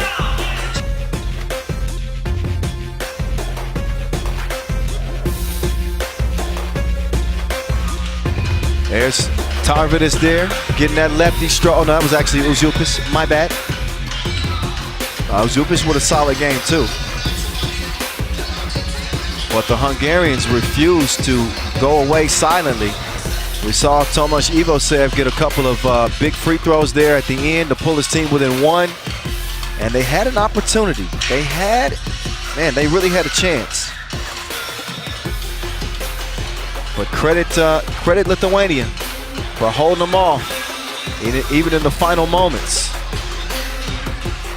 So we're 3 games in to day 1.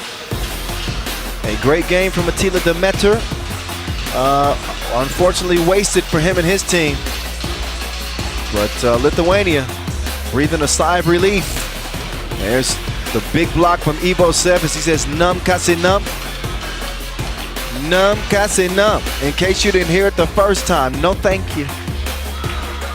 His team, however, comes up 1 point shy. All right, it is time for us to step aside for a bit. Our next game between Belgium and Azerbaijan is not scheduled until 16:45, so that's about 20 minutes away.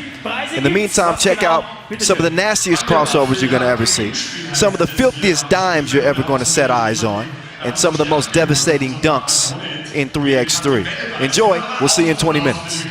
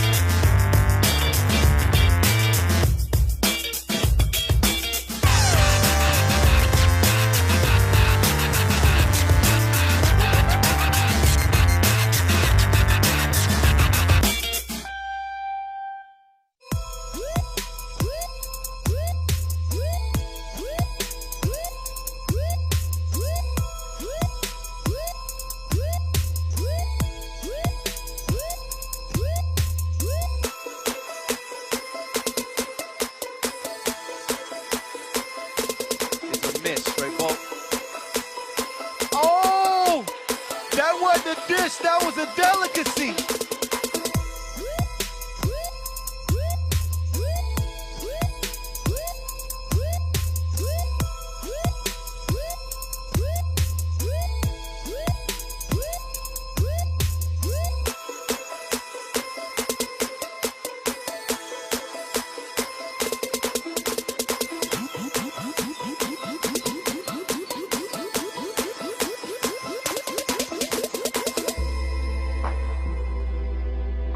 Hit that one from the parking lot.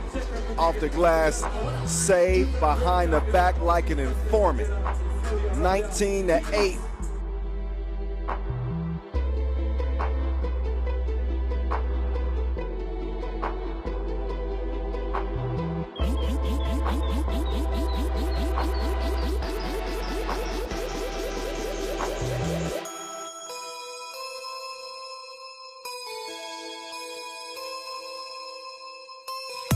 He's been above par for this USA team.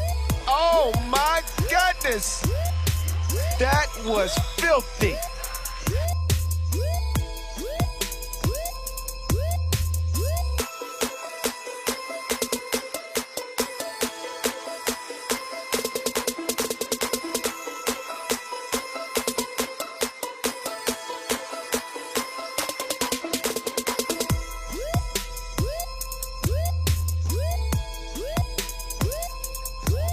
Fall away hook is a no-go. Paishalic on go mode. He flips it over his shoulder. Sharon is caring. And they connecting like a Zoom meeting. 14-1.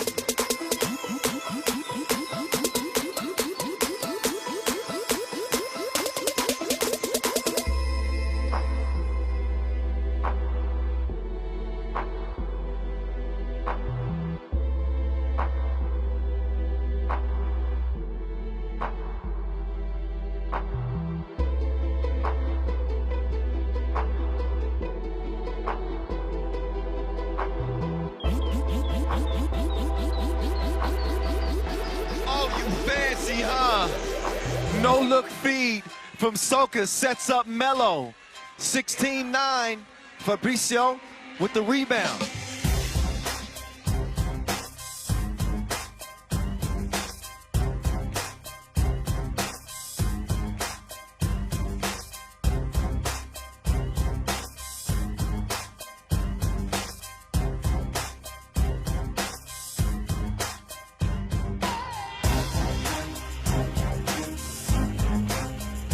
Contact, she ain't scared.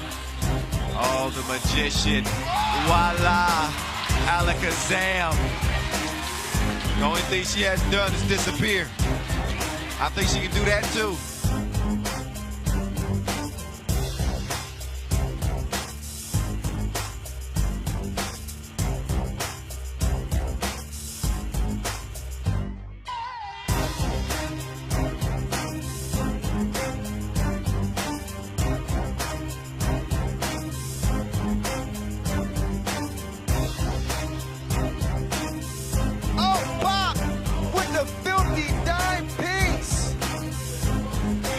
Find a better dime than that.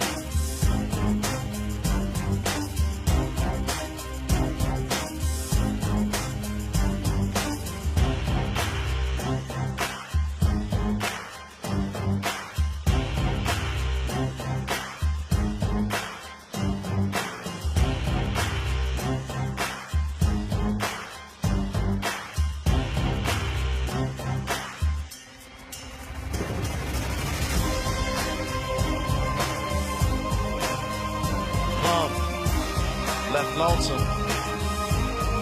She reroutes, changes direction, goes behind the back like a surprise and sets Katie Lou up for two.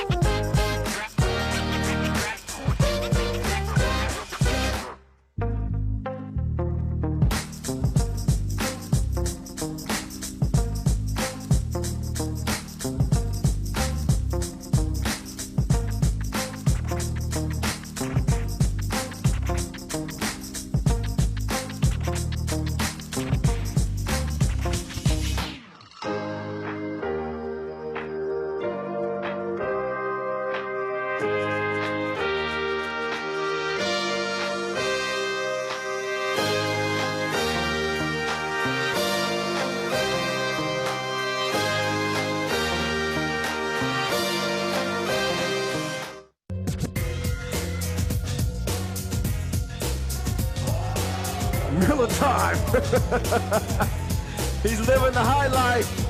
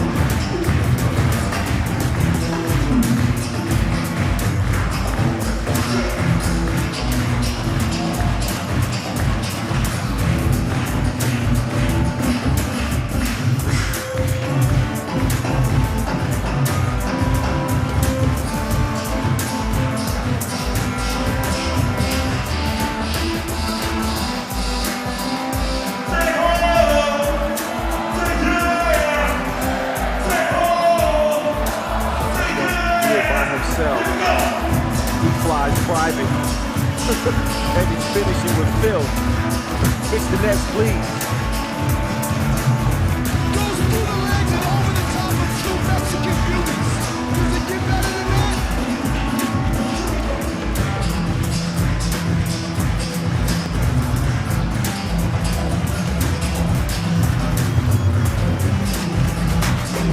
He's back. What? I don't even know how you count that. That was a double 360. Oh, my math is off. That dunk was so crazy, I'm confused.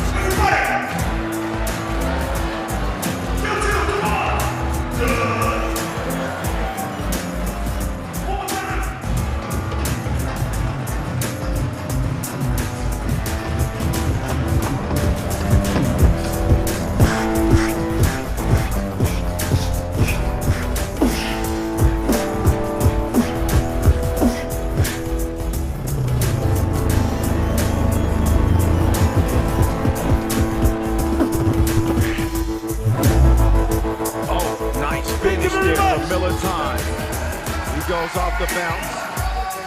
Little swag afterwards. Oohs and ahs from the crowd. Oh my goodness! He made it!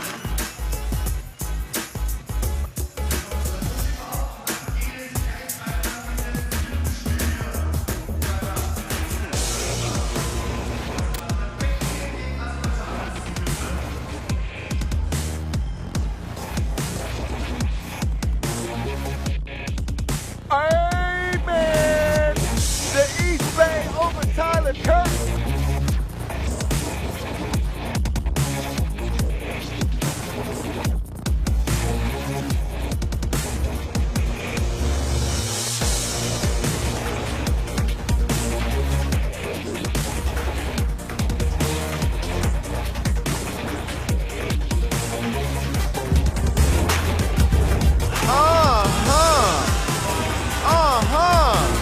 So he's got a 3-point lead after the first dunk. Oh my goodness. Oh, Zelitskas getting higher than the Prague Castle. Up and over the top of Henry.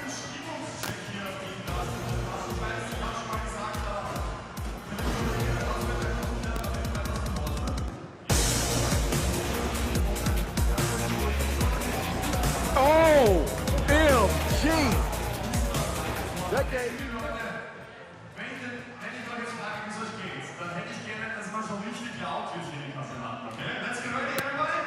Wie ist denn die Stimmung hier heute in den Kasematten? Oh my God. Ja, das war schon mal ganz gut hier für das vierte Spiel, das in Kürze losgeht. Gegen Azerbaijan, wie gesagt.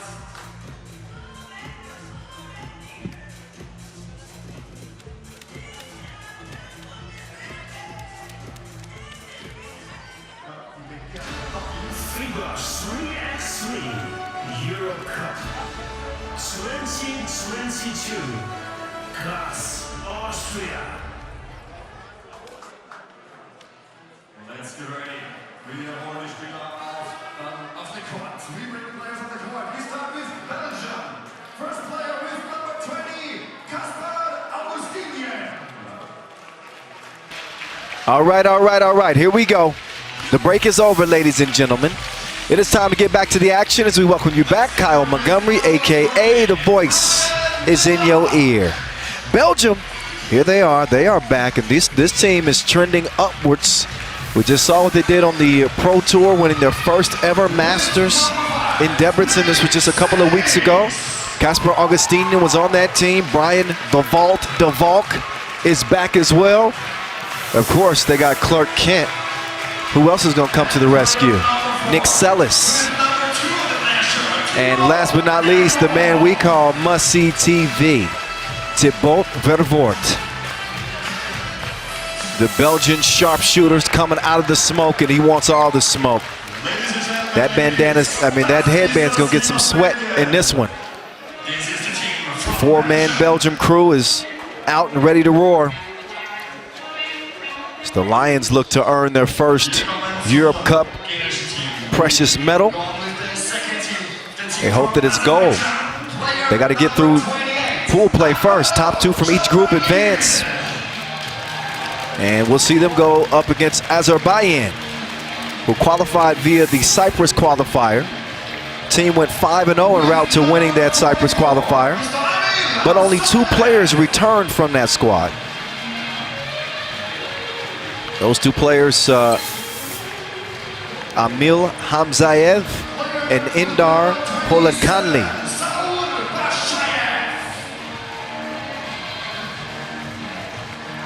Out comes Baishayev now. They come out in the blue. Another team that is somewhat of a dark horse. We haven't seen Azerbaijan. There we go. I got it right. In the World Cup. In a competitive way, I should say, in ever. 2018, 19, and 21.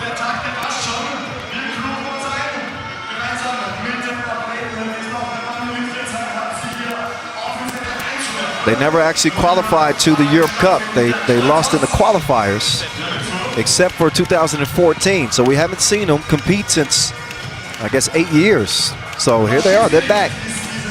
This is a hell of an assignment for game number 1 in Group D. Yasmina and Marcos are 2 officials that will handle the duties in this one. The building's getting fuller and fuller as the day goes on. More and more fans coming in here to check out the 3x3 action here. Again, coming at you from Scholzberg, Kazematin. Here's Thibaut Brevoort. He's been outstanding on the Pro Tour this year, averaging about 6 points per game. MVP in Debrecen. Talked to him yesterday. He says his team is hungry. I can tell. They're starting to taste what victory tastes like. There's Amil Hamzayev, returning from the team that qualified them to play here at the Europe Cup.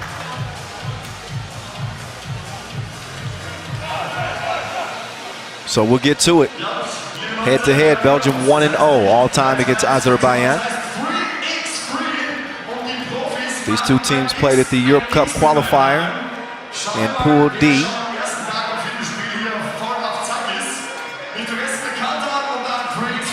You remember from last year, Belgium didn't make it to the quarterfinals at the 2021 edition. Missed their chance in Graz at the Olympic qualifiers, but made up for it in Debrecen.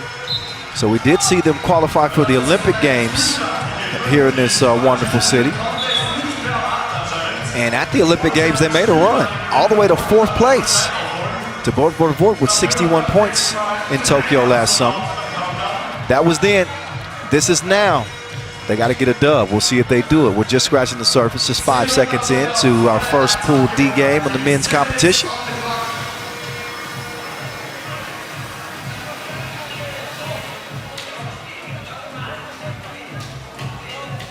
Pump the jam. Pump it up. Yeah. Okay. Azerbaijan is missing Jordan Davis. He was MVP of that Cyprus qualifier. Dude scored 30 points as they beat Ireland in the final. So they don't have his services. Oh, my Lord. That was deeper than the Mediterranean. 2-0. Low.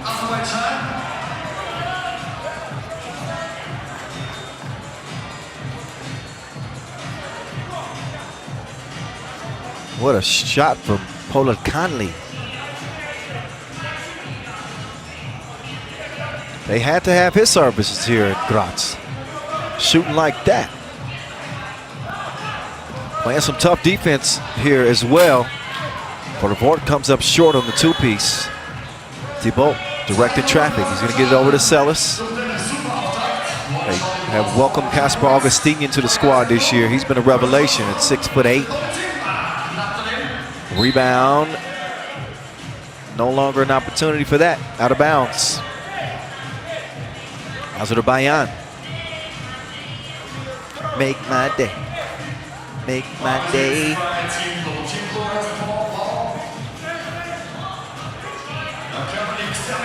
Tough defense here. Not making it easy on the Belgians who are looking for their first score here. There's must-see TV. Augustinian, whoa. That escalated quickly.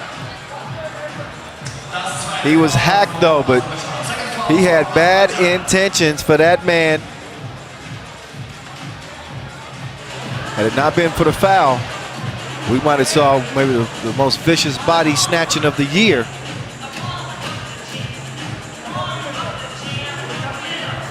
Augustinian. He knocks it in at the free throw line. Belgium's on the board, trailing by 1. How about Azerbaijan? Nice scoring pace to start this game. They lead it by 2. They're showing no fear. Celis lost the handle on it.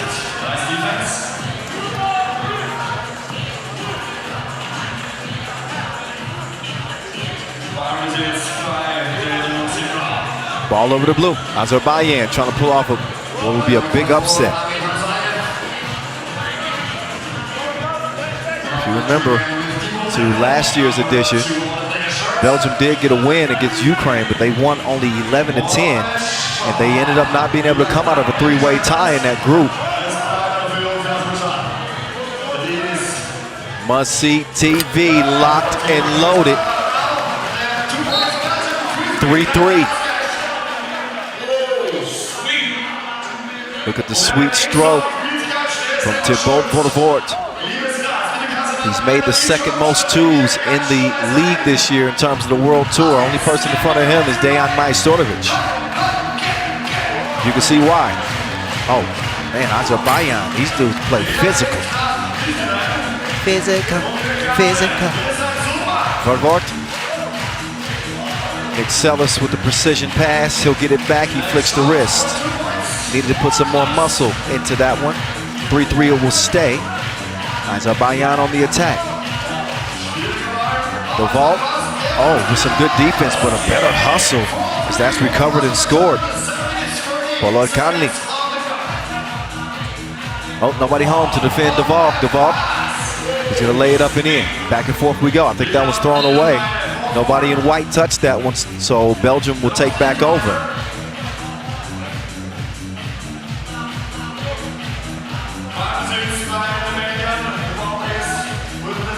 Augustinian.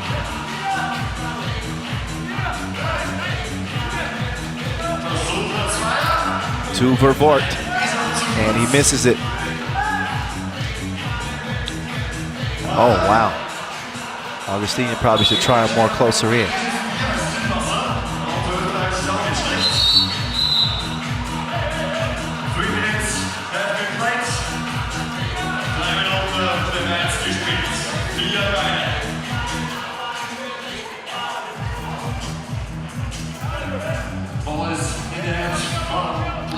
So Azerbaijan will open this possession. Here they come.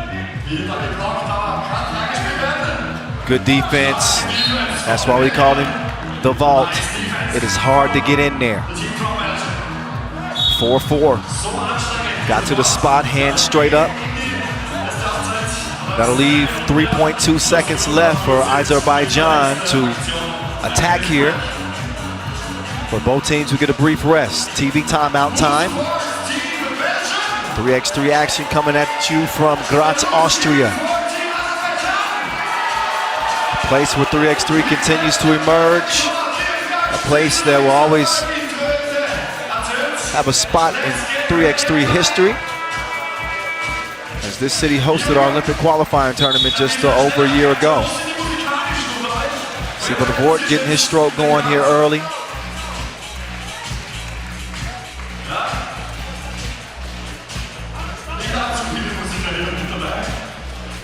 There's Boudevort to Celis. Almost mishandled. They got 3 to shoot. Must see TV. That one goes begging off the iron. Azerbaijan now. Oh, give and go. Oops, they did it again.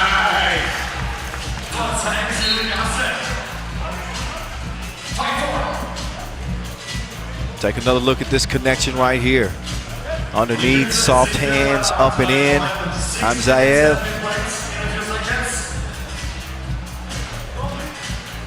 With Vervoort. Vervoort driving, off balance. Shot too strong, kicked out quickly. Azerbaijan. They got to get out of trouble here in the corner. There's Vervoort in hot pursuit. That ball is taken away. Augustinian to Celis. Over to Vervoort. Vervoort. Oh, no.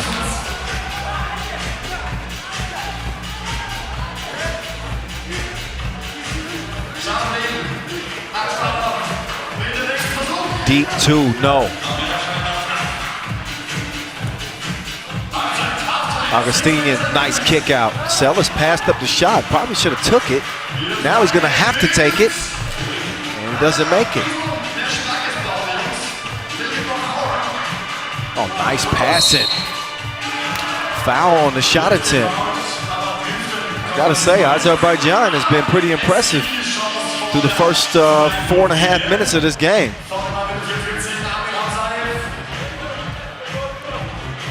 This team is not backing down in any way whatsoever. Hamzaev shoots the free throw, but the stroke was broke. Here come the Belgians. De Valk. Over to Vervoort. Vervoort chunks the deuces. But another brick. Score stays where it's at. Trying to go to the post. Comes up short on the jump hook. Augustinian, he's tricky out there. If he beats you on the baseline, you don't want to be the guy that's trying to defend the rim. Misses the long stroke, can't track it down. Ball back over to Blue. At the midway point, Azerbaijan has done a great job keeping this high-powered Belgian offense under wraps for now. A lot of time left. Oh, Pashayev with the moves. Couldn't finish it. The ball down low. Celis. There we go. There they go. 5-5. And then Vervoort caught out of position. He's called for the foul on the floor. That'll be the second on Belgium. Each team with 2 fouls. Look again at the hookup between De Valk and Celis. Nice off-the-ball action lead to a score. Meantime, oh, something shaking around here. Big finish from Pola Conley. Augustinian can't track it down. So look at Pola Conley just brutalizing the rim. Oh! Man, he got higher than inflation prices. I didn't know he had bounce like that. I need to maybe look up some more film on this man. 6-5, Azerbaijan. Wait. I think we might have a game, ladies and gentlemen. Yes, sir, or yes, ma'am. Whoever might be listening. I'm an equal opportunist.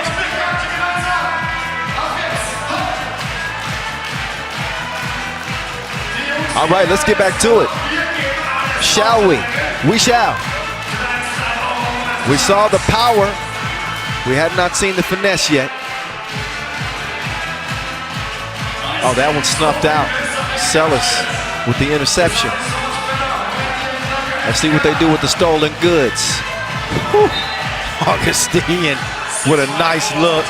That pass was just off target, but I see what you were doing. I saw what you were doing there.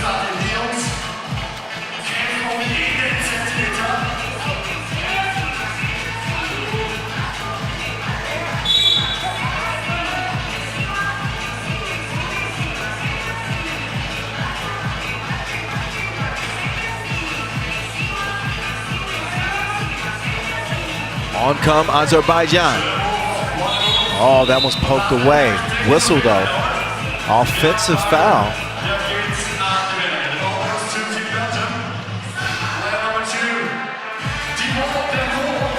Thibaut Vervoort opens the possession. They want to get it back to must-see TV. Must-see TV drops it off to De Valk. De Valk streaks in for the score. Locked in, 6 apiece. Hamzaev through the reverse. Oh, what a tip.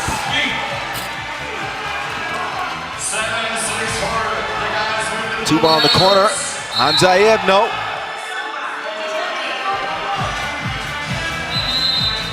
But Akbarov Jabrail, the 20-year-old, showing plenty of bounce on that last tip for his squad. That's the Devalk score. And then, obviously, the tip after that was impressive. Take another look. Off the miss, skies in, lefty touch, goes. Akbarov Jabrail, 20-year-old. It's funny because, you know, on this Azerbaijan team, 20 years separate their youngest member and their oldest member. Oh, faker. He pretended to shoot. He wasn't faking on his drive to the cup, though. Here we go, Celis. Two for the board. He's gonna find Augustinian easy breezy. 1 point contest, Azerbaijan is in front. Long ball, too long. Oh, heads up pass. Azerbaijan has come to play. Augustinian cross court. Vervoort runs into a foul. The third on Azerbaijan. Take another look at that last bucket by the boys in blue.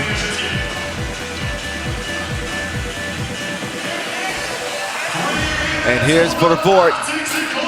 Good contest on the 2 attempt. So the ball back over to blue. Back and forth we go. This is a 10-minute sprint. Defense turns to offense. Just like that, Vervoort will throw that over to Raluca.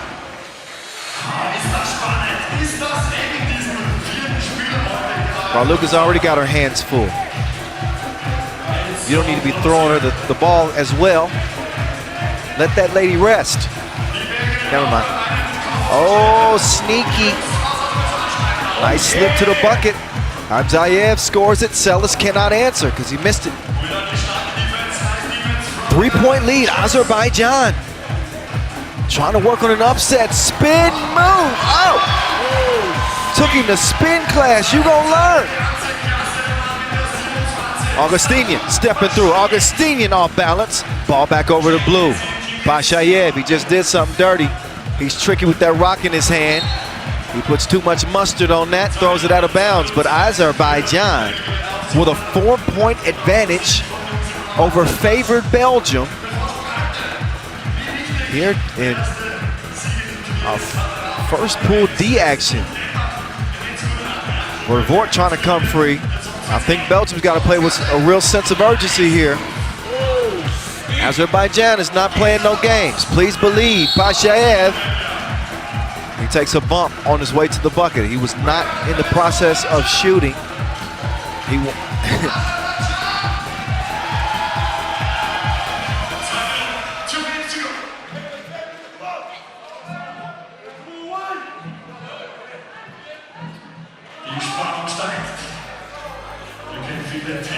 So they're taking their time getting to this possession, taking a little bit too much time. 2 seconds to shoot. Tough attempt. Ball to the Belgians. Celis now on the drive. Nobody home. He's going to finish with the one-handed poke.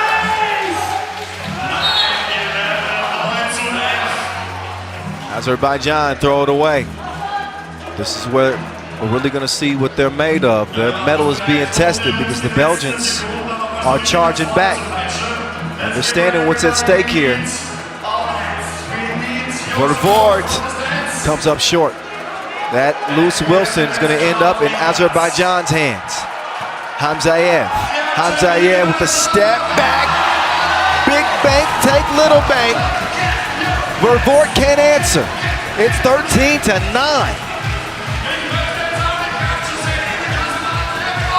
Can they stop Azerbaijan?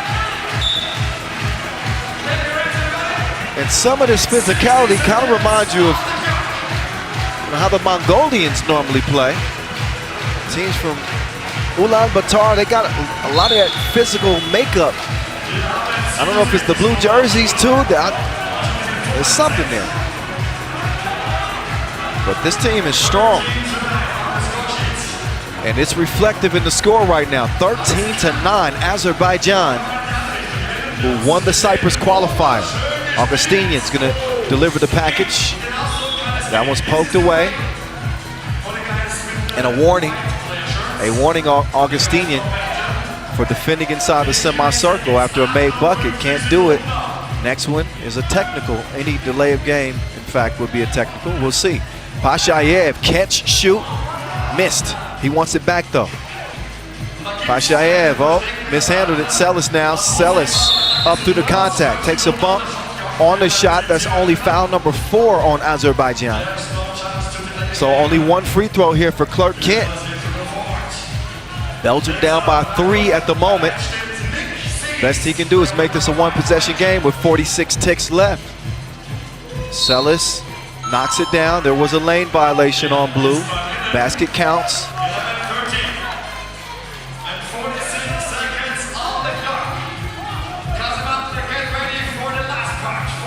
All right, 40 ticks to go. Deep 2. No. Vort gives it up. Vort swings it to Celis. Celis back to Vort. Must-see TV. Good look and a good result. The Nets are dripping. It's 13-all.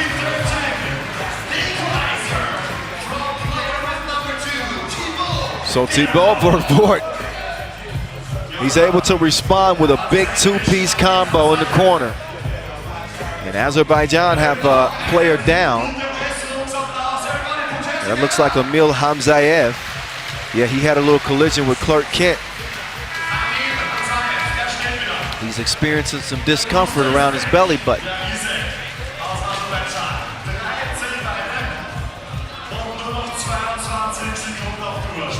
So he takes his time and he makes his way to his feet.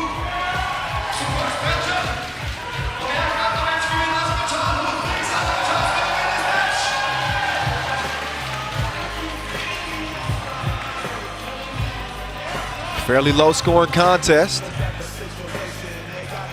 Azerbaijan bringing a lot of physicality into this contest, understanding how lethal Belgium can be offensively. Done a fairly good job keeping Vort under wraps. You see Celis making his move, and I think that's what our officials were taking a closer look at. Now, my opinion doesn't matter, but I don't think that was an intentional elbow or anything by Celis. I think he was making a move in the natural flow of his movement. His arm kind of swung out, but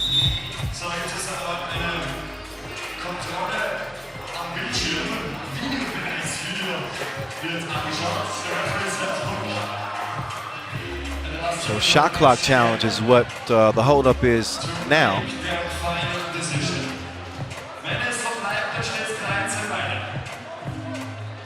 See if they were able to get that up in enough time. The last make was for the Vort 2.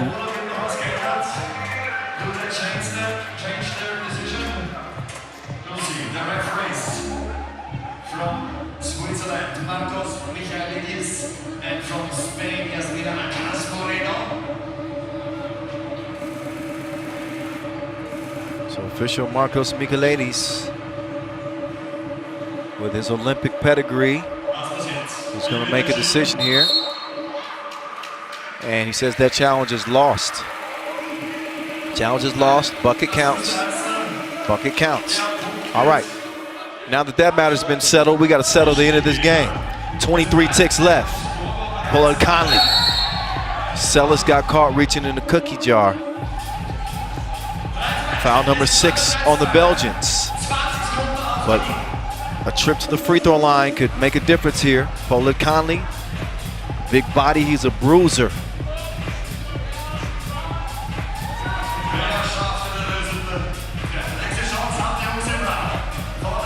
He's built like an NFL tight end. He tightens up at the free throw line. Oh, but that loose ball is going to go to Azerbaijan. 17 seconds left. Tied at 13. Let's see if Augustinian can hold his ground. He doesn't have to. Because of a new rule instituted this year, Once you initiate a dribble with your back to the bucket, you got 3 seconds to shoot. So it's a 3-second back to the basket violation. Ball goes over to the Belgians, 13 all. They'll have the final say in this one. Vervoort's gonna use the clock. He thrives in these moments. Oh, a foul called. And Hamzayev, he's very eager to admit that foul. And not a bad one because they had a couple to give. Now they got one to give and only 4 seconds to go. They give it to must-see TV. Vervoort is hacked on the ground. So another smart foul. Azerbaijan has played well defensively and have not had, no. Oh, he was shooting. So Vervoort is going to get a chance to shoot a free throw that could win this game. That was not a foul on the floor. Azerbaijan needed to foul more quickly than that.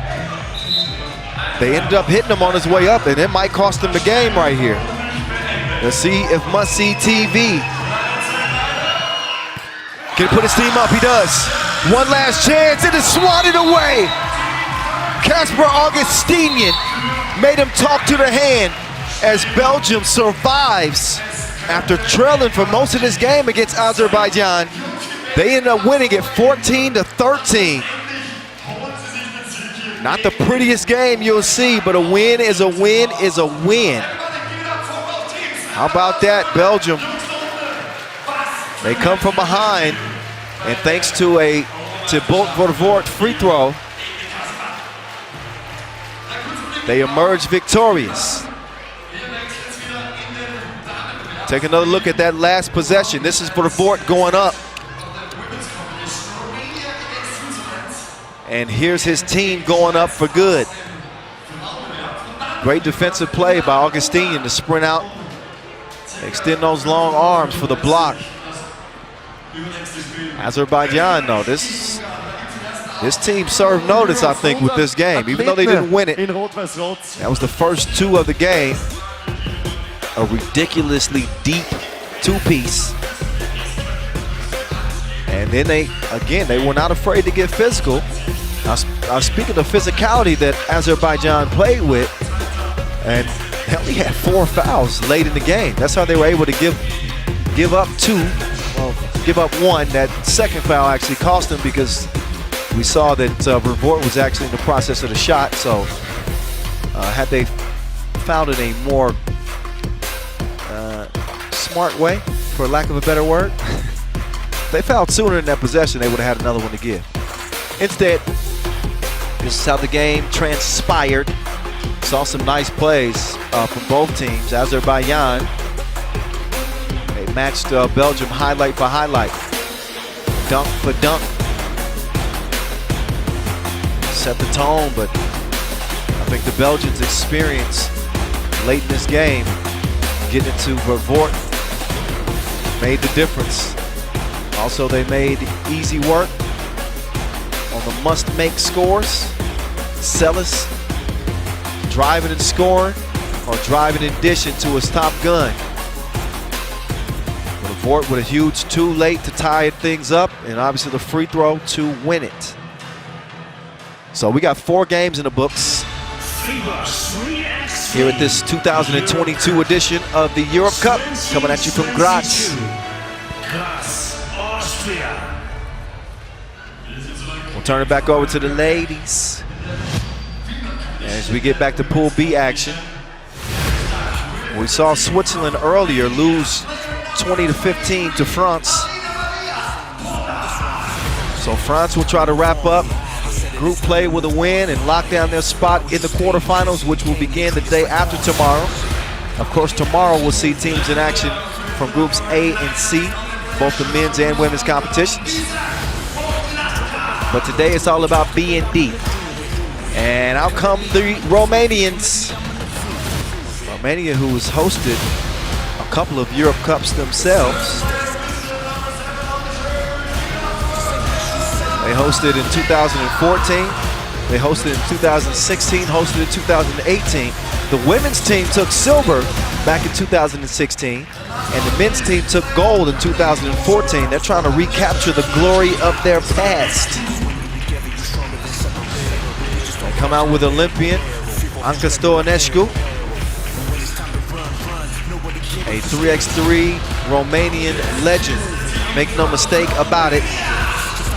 With Alina Maria Podar, she's got a knack for making big buckets. Borkarka, a new addition to this team.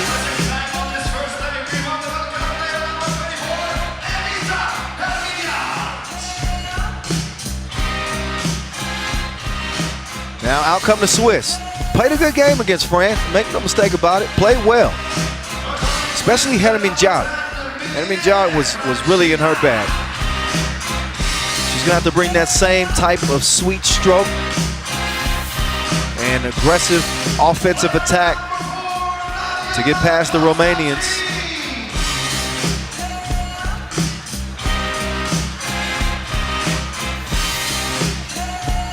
Come out in the classical red, as always.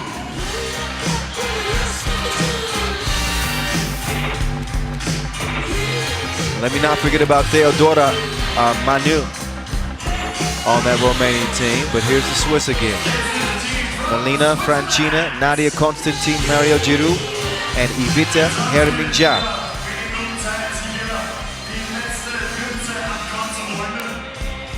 Of course, Romania was one of the 8 teams that qualified for the Summer Olympic Games. They finished 7th in Tokyo.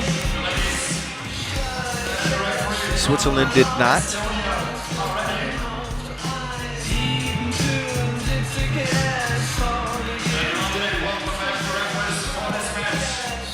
As they finished 7th at the Olympic qualifying tournament, Switzerland did.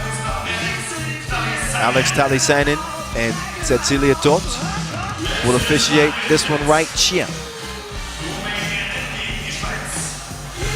In terms of the head-to-head between these two, they have met many times, dating back to 2014. The last 7, though, the Swiss hold a 5-2 winning advantage.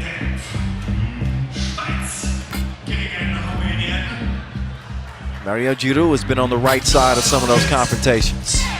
She's got her game face on, the 34-year-old. Utility, do-it-all player. There we go, there's that 5-2 record I was telling you about. Last time they met was in 2017. It's been a while. Some of y'all listening right now didn't even have facial hair at the moment.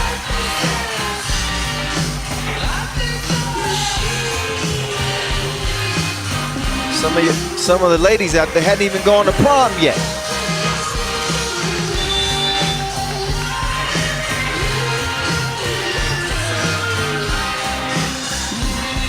All right.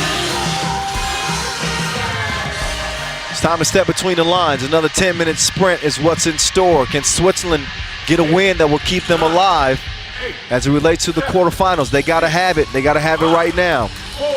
Romania can lock down their spot with a win. We'll see what happens. Here we go. Countdown's over. It's time to get it on. Giroux sets up Hermine Jarre. Back to Giroux. Giroux getting some pressure defense right now. Giroux steps through. That ball is lost out of bounds. High pressure defense from the Romanians.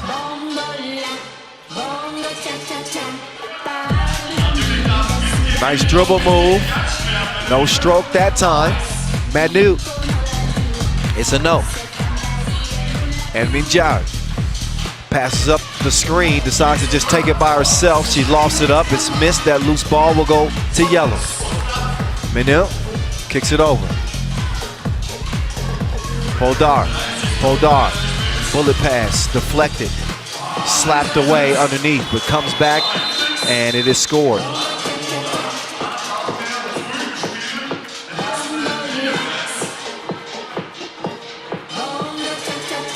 Our last bucket, courtesy of Theodora Manu. Got a shot clock challenge here. But we'll see if that score should indeed count. Take another look. You can see 1.5 there. Does she get it off? No, wait a minute. She did not. Or did she? I'm still seeing a 10th there. Oh, that was a shot clock violation. Good challenge right there. So wipe that one away. This game is still scoreless. Oh, Giroud. She's wide open. Tough score. Plus the foul. And then she held hands. That's a friendly confrontation right there. Take another look. Giroud. Certainly fouled. Now she got a chance for a two-point play.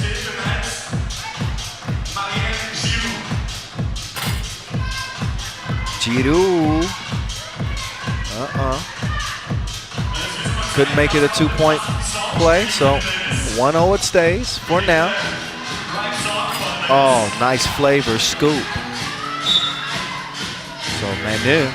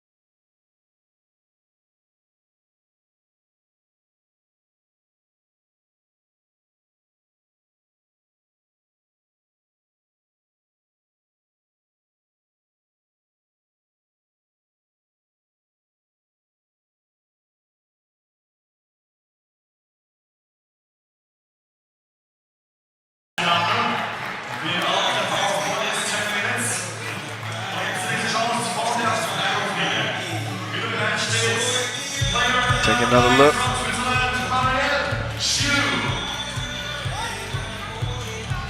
Mario Giroud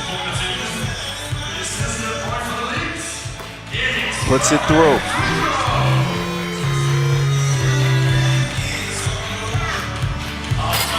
That one's chunked and Stonescu couldn't find the mark. 1 point lead for the Swiss. Giroud trying to clear some space underneath. Nothing happening. Podar made sure of it. Stonescu now. Giroud gets the rebound. And another whistle on Romania. That'll be a fourth foul on the Romanians. None yet on the Swiss.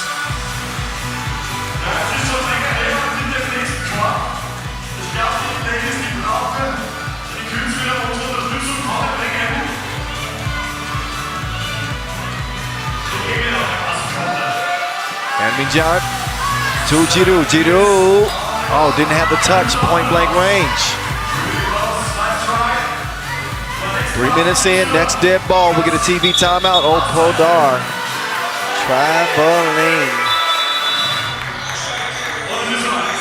Timeout on the floor, TV timeout that is. And a low score through 3 minutes. Take another look, Minjar's defense. She made the call before official Tot could make the call.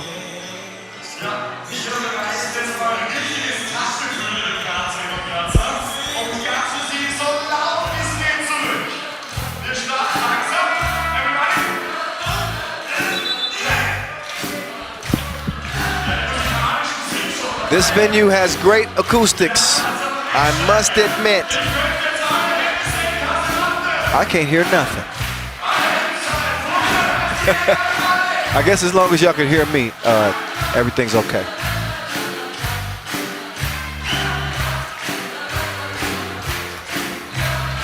So the action continues here from Kazamatin Scholzberg.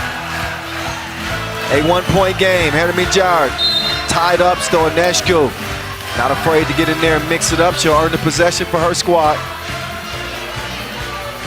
Stoinescu, I lost track of her international caps. She got 55 Women's Series games, 36 international caps, and of course an Olympian.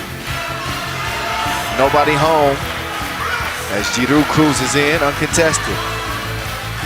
4-2 lead. That one taken away, Giroud. Again, must-win situation for the Swiss if they hope to advance and play on day 3.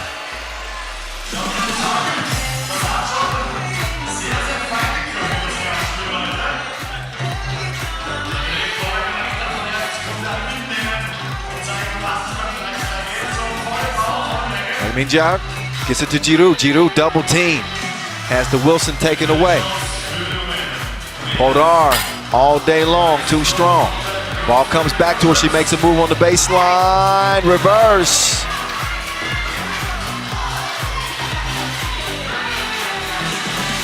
Oh, Hermie Jard steps through. Excusez-moi, madame. Mano. Kicks it to Podar. Podar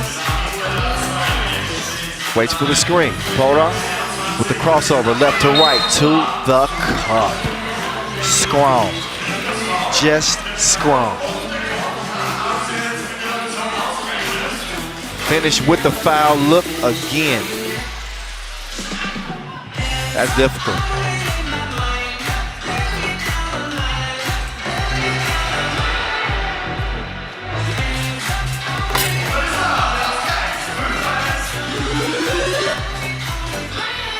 Hermie Jard steps through. No, not that.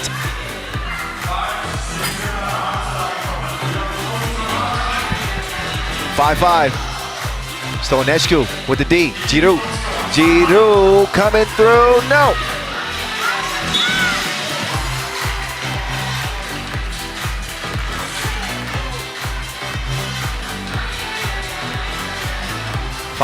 It stays for the moment. 5:28.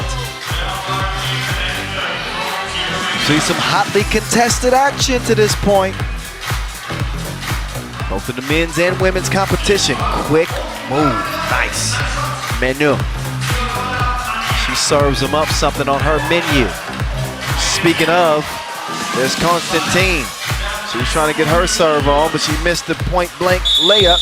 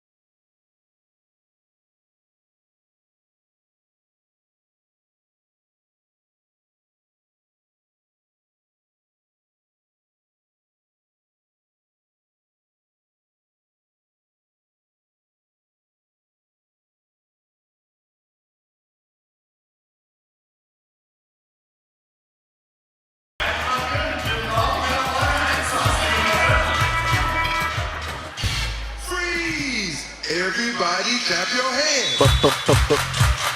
So we got a 1-point lead for the Swiss right now.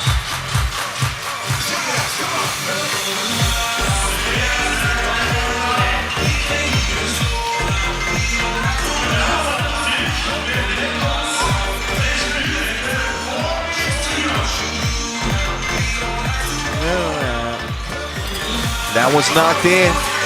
Shout out to Raluca Moro, who's watching right now. Appreciate you viewing, or you probably didn't like to see that. That Franchina Swiss swish.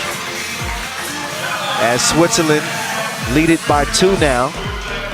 Nonetheless, we appreciate the eyeballs.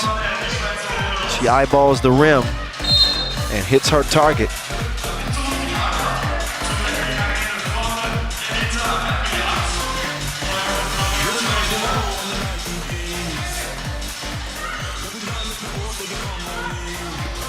That one fed down low. I've been saying Manu, but apparently that's wrong. Mano? Come on, Train. Let me know. Stonescu. She'll give it up after mishandling it for a moment. Nice ball movement with the ball. But Bishak couldn't get it to go. Instead, she's going to call for the blocking foul.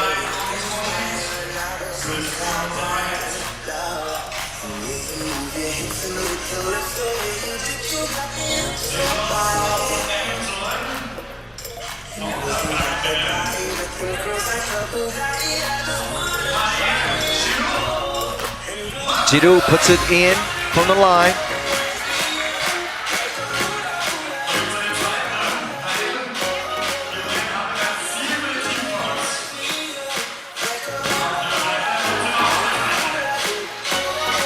(12-9). Oh, that nearly failed. Felt like that Kawhi Leonard Raptors shot in the corner. Get to the finals. Oh, never mind. The stakes slightly lower than that. Ermin Jad puts it up. No, Giroud. She's there to finish off the leftovers.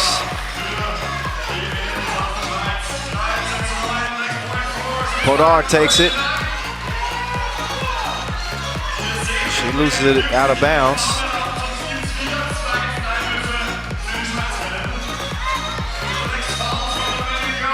Should be red ball.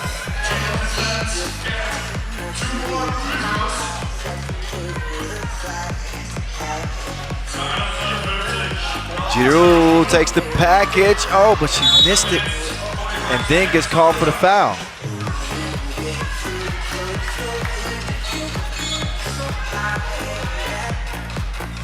.247 left in this.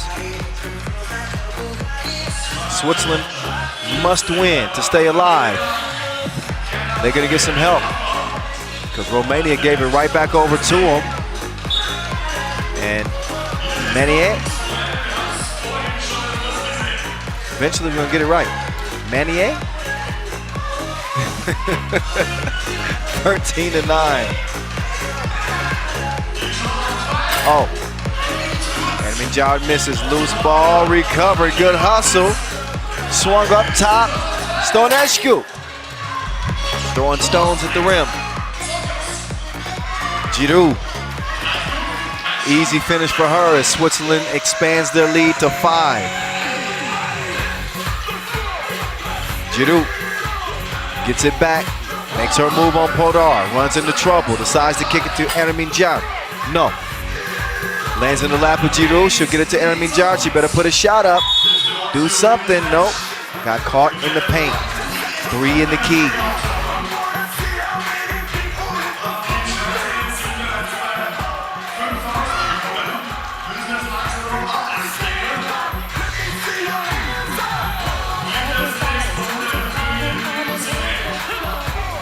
Good D.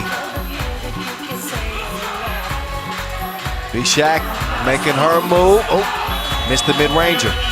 Quick clear. Down to Giroud. She'll turn around, and the 10-footer trickles off the iron. Bishak. Oh my goodness, she turned Constantine in a circle. She was like a fidget. 15-10. Lord have mercy. All right. I got to refocus. It's 15-10. Did you see that? Look again. Never mind. There was only one.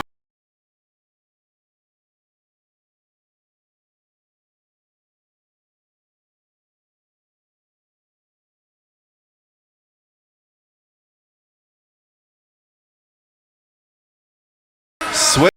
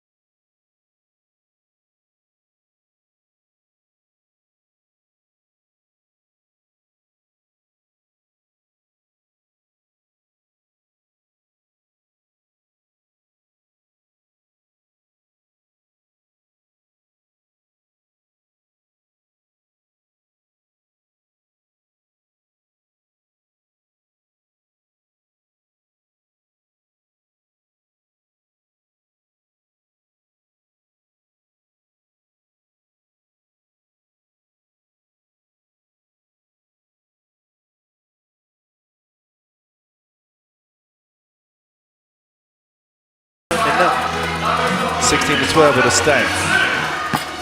Deep two, too strong. Giroud will get it back. She wants to establish post position going against Danescu. And Stonescu whistle. Foul across the head. See for yourself. Oh, that was that last look. A heads up pass to set up Giroud for the score. Now Marielle puts in the first of two. Romania with 8 fouls. That's why you see a couple of free throws upcoming here. And it is knocked down. That one rattles off the iron. Oh, nearly stolen. Actually is stolen. But 18-12. Switzerland's in control. Romania's going to run out of time here. But their tournament's not done. They're going to have to pull off a huge upset against France if they want to stay alive. There's a travel. So with 0.9 seconds left, it looks like this game is going to end in an 18-12 final. Looks like it. We'll see what the official final will be. But Switzerland come through in the clutch.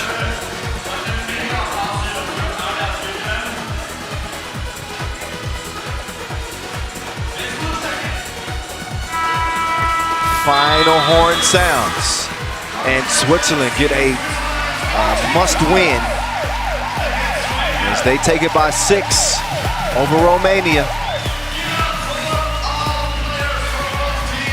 So the only thing that could prevent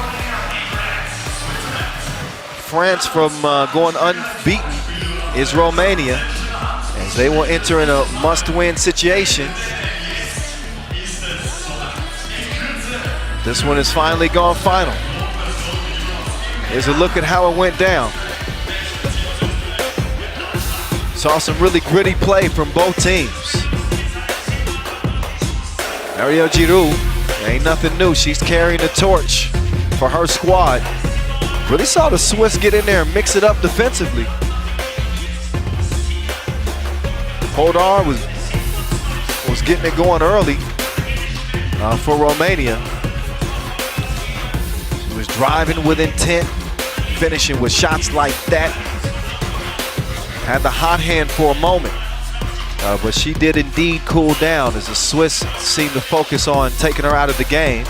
When they did that, Manier started to get her fingerprints in on this game. Yeah, I know. I'm still working on that last name. I can't hear right now. But this story ends in favor, obviously, of the Swiss. A fairy tale ending for them.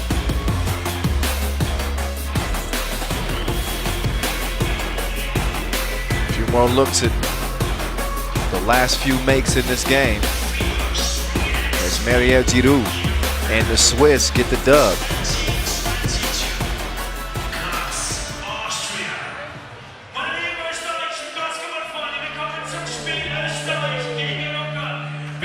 All right, next up is the fellas, as we will get to see home-standing Austria and Hungary step up to the plate. Here comes Austria. Nico Kaltenbrunner. The crowd is letting him hear it. The sharpshooter. A lot of credit goes to him. He worked on his physique. He went to the lab. He still got the jumper, but he's got a few less pounds. Ain't nobody mad at that. Martin Tramal. Always intense. Lockdown defender. Big playmaker. And the hammer is back. They brought their toolbox to this one. Philipp Kramer. And last but not least, Matthias Lenortner.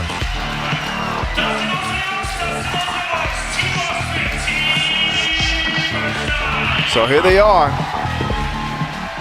trying to defend home court. Interesting to see how much they've grown. They finished 12th in last year's Euro Cup.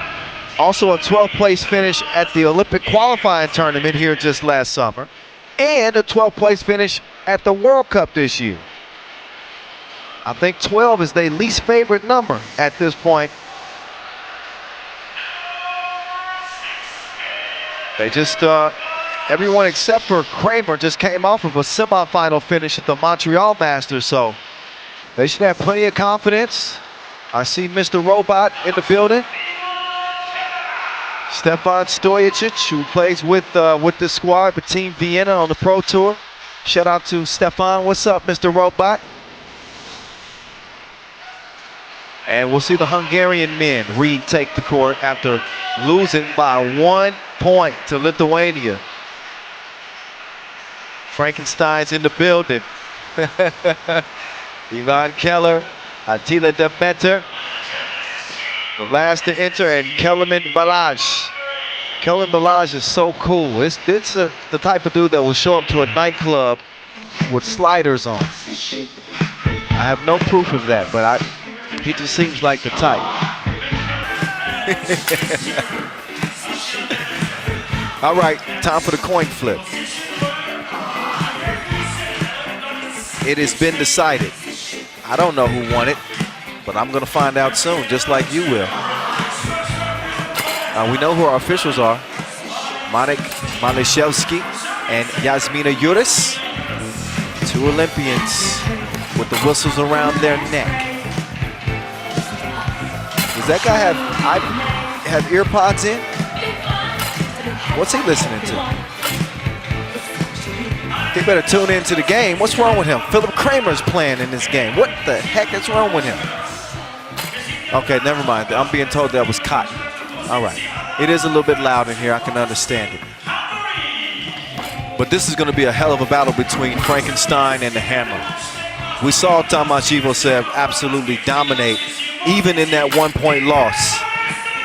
He's back, and he's ready to go to work. Hungary look good. They're going to have to look their best if they want to stay alive. They don't want it to end day 1 here. But they got to deal with not only the 4 Austrian players, they got to deal with the 5th man, 5th woman. That is the crowd here inside the venue. Can't speak highly enough about the location here at another UNESCO World Heritage Site at the Kazematin Schulzberg, high atop the hill. I'll save y'all the story of how I got to the venue this morning, but I was sweating like a mug. It was not an easy trek to get to the hill, the mountaintop. I'll say that. All right. We're going to see who lets their game do the talking. Lenortner, he's got it off safety. He's shooting, and Austria's up 2-0 to start. We got a foul on top of the key as Kaltenbrunner and Frankenstein get tied up. But Matthias Lenortner is a hired gun, I'm trying to tell you.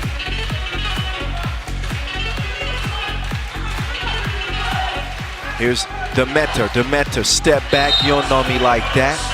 Evo Sepp throws Kramer to the ground. He said there's only room for one beast around here, and that's me. Guess Evo Sepp trying to set the tone. He's the elder statesman of the two. He comes from 3x3 when it was even more physical than it is now. He got that old school mentality. Kramer's a new kid on the block. Kramer wants the ball on the elbow. He's got it now. Working on Evo Sepp. Drops the shoulder. Couldn't get rid of Frankenstein. Tramal, what in the world? That was a unique travel. I don't even know why Tramal thought he could continue play after that. He was about to keep going. 2-2. Let's get back to it. Serious business in front of us. It's Demeter. He's going to go for a second, too. He completely knuckleballed that one. I'm not sure what happened, but he's going to disappear from the scene after a shot like that. 30 seconds in. Lenortner. He's responsible for Austria's 2 points right now. Carlton Brunner, nice adjustment in the air. He's feeling himself. Nice! Carlton Brunner turns on the burners, readjusts at the rim, and now he's got a chance for a 2-point play.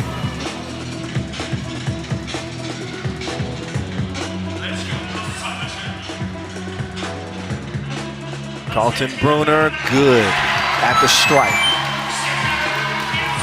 Oh, Carlton Brunner, he's a smooth criminal. Oh, never mind. Nice steal, but he ends up losing the rock out of bounds.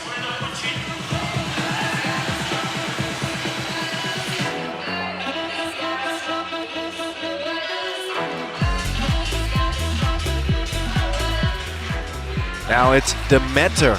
Look, Ma, one hand. Finishes with the lay. Let's see if he can defend Kramer. He doesn't have to because Carlton Brunner is still feeling it. He's on masseuse mode. Demeter left all alone. His stroke was broke. Carlton Brunner will end up with the Wilson. Hands it off to Lenortner. Back to Carlton Brunner. He gets his pepper picked. And Evo Sepp drives right at Kramer. He's going to draw the foul. Frankenstein will step up to the line.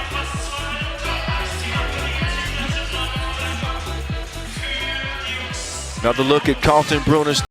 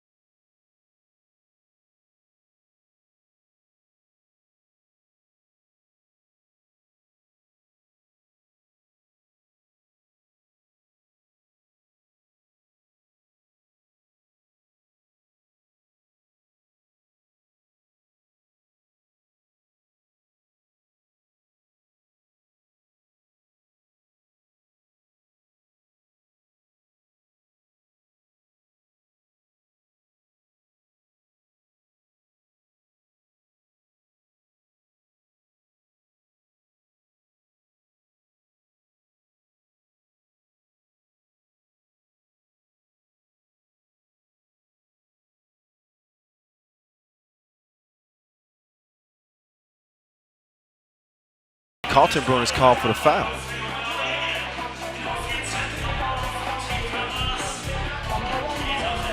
No more.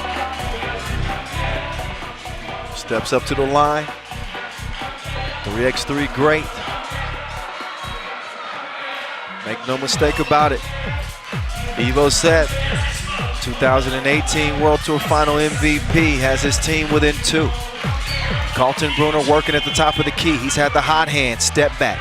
Decides to give it up. This time, Hammer missed it. Carlton Brunner. Oh, shooter's touch. Oh, yeah.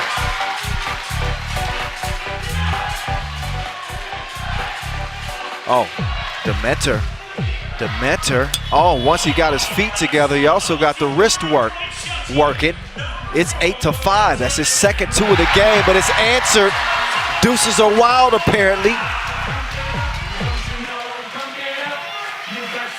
10-5. Lenortner with his second deuce. Demeter, not that time.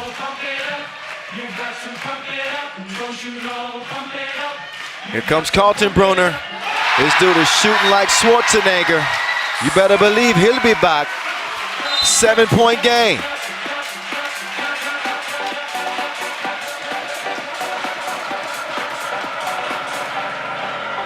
Get to the chopper. All right. I just pulled that one out of my back pocket. I'm going to put that one back in my pocket. Get to the chopper. I tried it again. I don't know why I did that. 12-5. I apologize. Evo set. Cross court. Keller, no. Keller gets it back. Evo set way off in the deep end. Tramal turns the corner quickly, finishes with the layup. 13-7.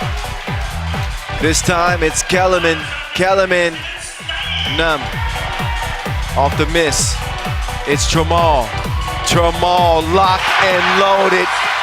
Knocked down. 15-7. Austria. Kellerman draws the foul.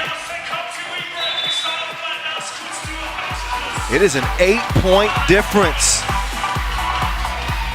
The Austrians feeling wavy.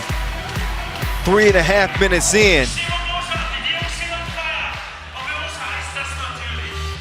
They have been shooting with precision like that. Or actually, a little bit of luck on that make. But how about Demeter playing with his food?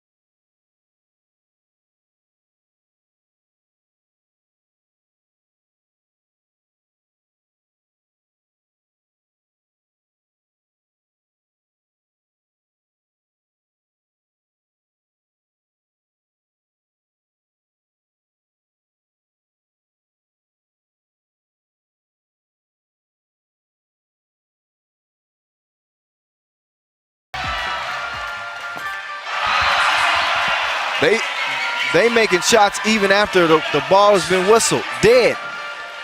Look at Kaltenbrunner. This dude got flames on the end of that ball. That's his third two-piece. Picture perfect release. You're going to see a lot of him in the highlights at the end of this game.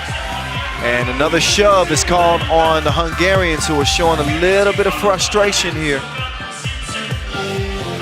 That one called on Demeter. Demeter contending that there was some faking going on.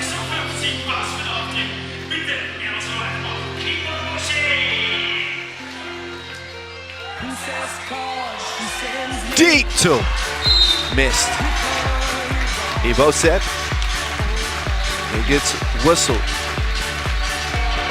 5:48 to go. The Austrians in the fast lane, headed to victory, it looks like, as they have been putting a beat down here on the Hungarians. Here's Nico Kaltenbrunner. They are going to suffocate him this time. He's still going to get some space, and that time he misses the lay in the lane.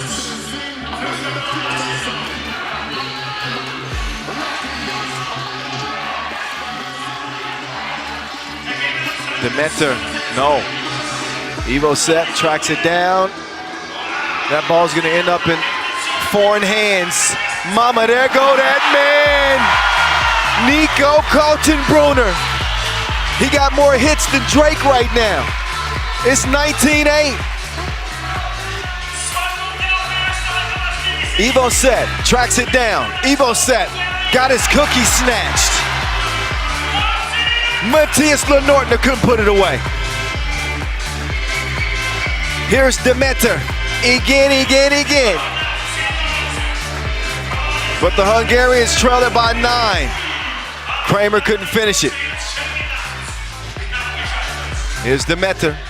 Demeter to Ivosev. Ivosev, yo. 7-point difference. Make that an 8-point difference. My math was bad. That one deflected. Keller open for 2. Bang, bang. Hungary not going away quietly here. 6-point game, but they have not been able to stop the rainstorm coming from the Austrians. Here comes Lenortner. Rain on his head. That's a brainstorm. It is over with.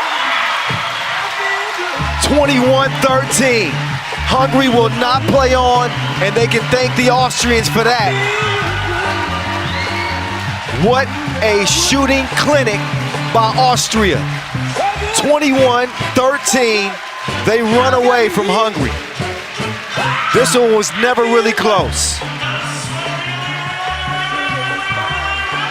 What a win, and what a dominant performance.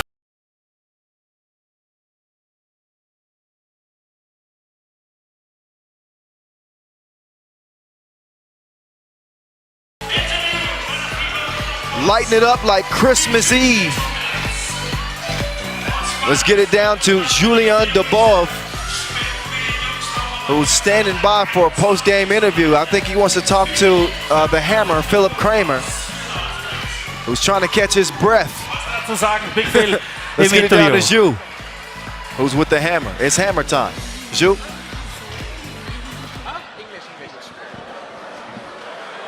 Philip, it looks like the shooting sessions with Stefan Stojicic are paying off. Tell us how much importance and how much work and time you spent on your shooting as a team this year. Yes, I mean, we worked very hard and the guys came out very confident. And we want to show that Stefan is not the only one who can shoot. It's Nico, Matsi, and Mamax. And the support of the people here gave us energy, so ready for the next game. Yes, last year in Graz, we got an amazing venue, amazing fans, but it looks like this year we are at another level. Talk about how much strength these fans have given you in this game. Yes, it's unbelievable strength. It's a beautiful location. It's even more a Hexenkessel. And yeah, the guys, the people are crazy supporting and we're ready for the next game. Congratulations.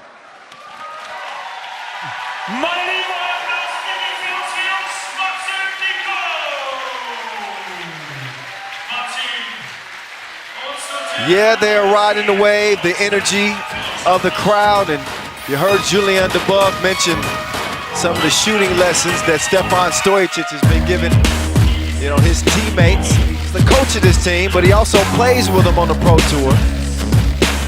And they have taken a page out of Mr. Robot's program. They have hacked into it. And they found the algorithm in this one. Yes, sirree, especially Nico Kaltenbrunner. This dude was absolutely gunning. Attila Demeter was a bright spot, a shining star on this Hungarian team, who unfortunately for them, they go 0-2.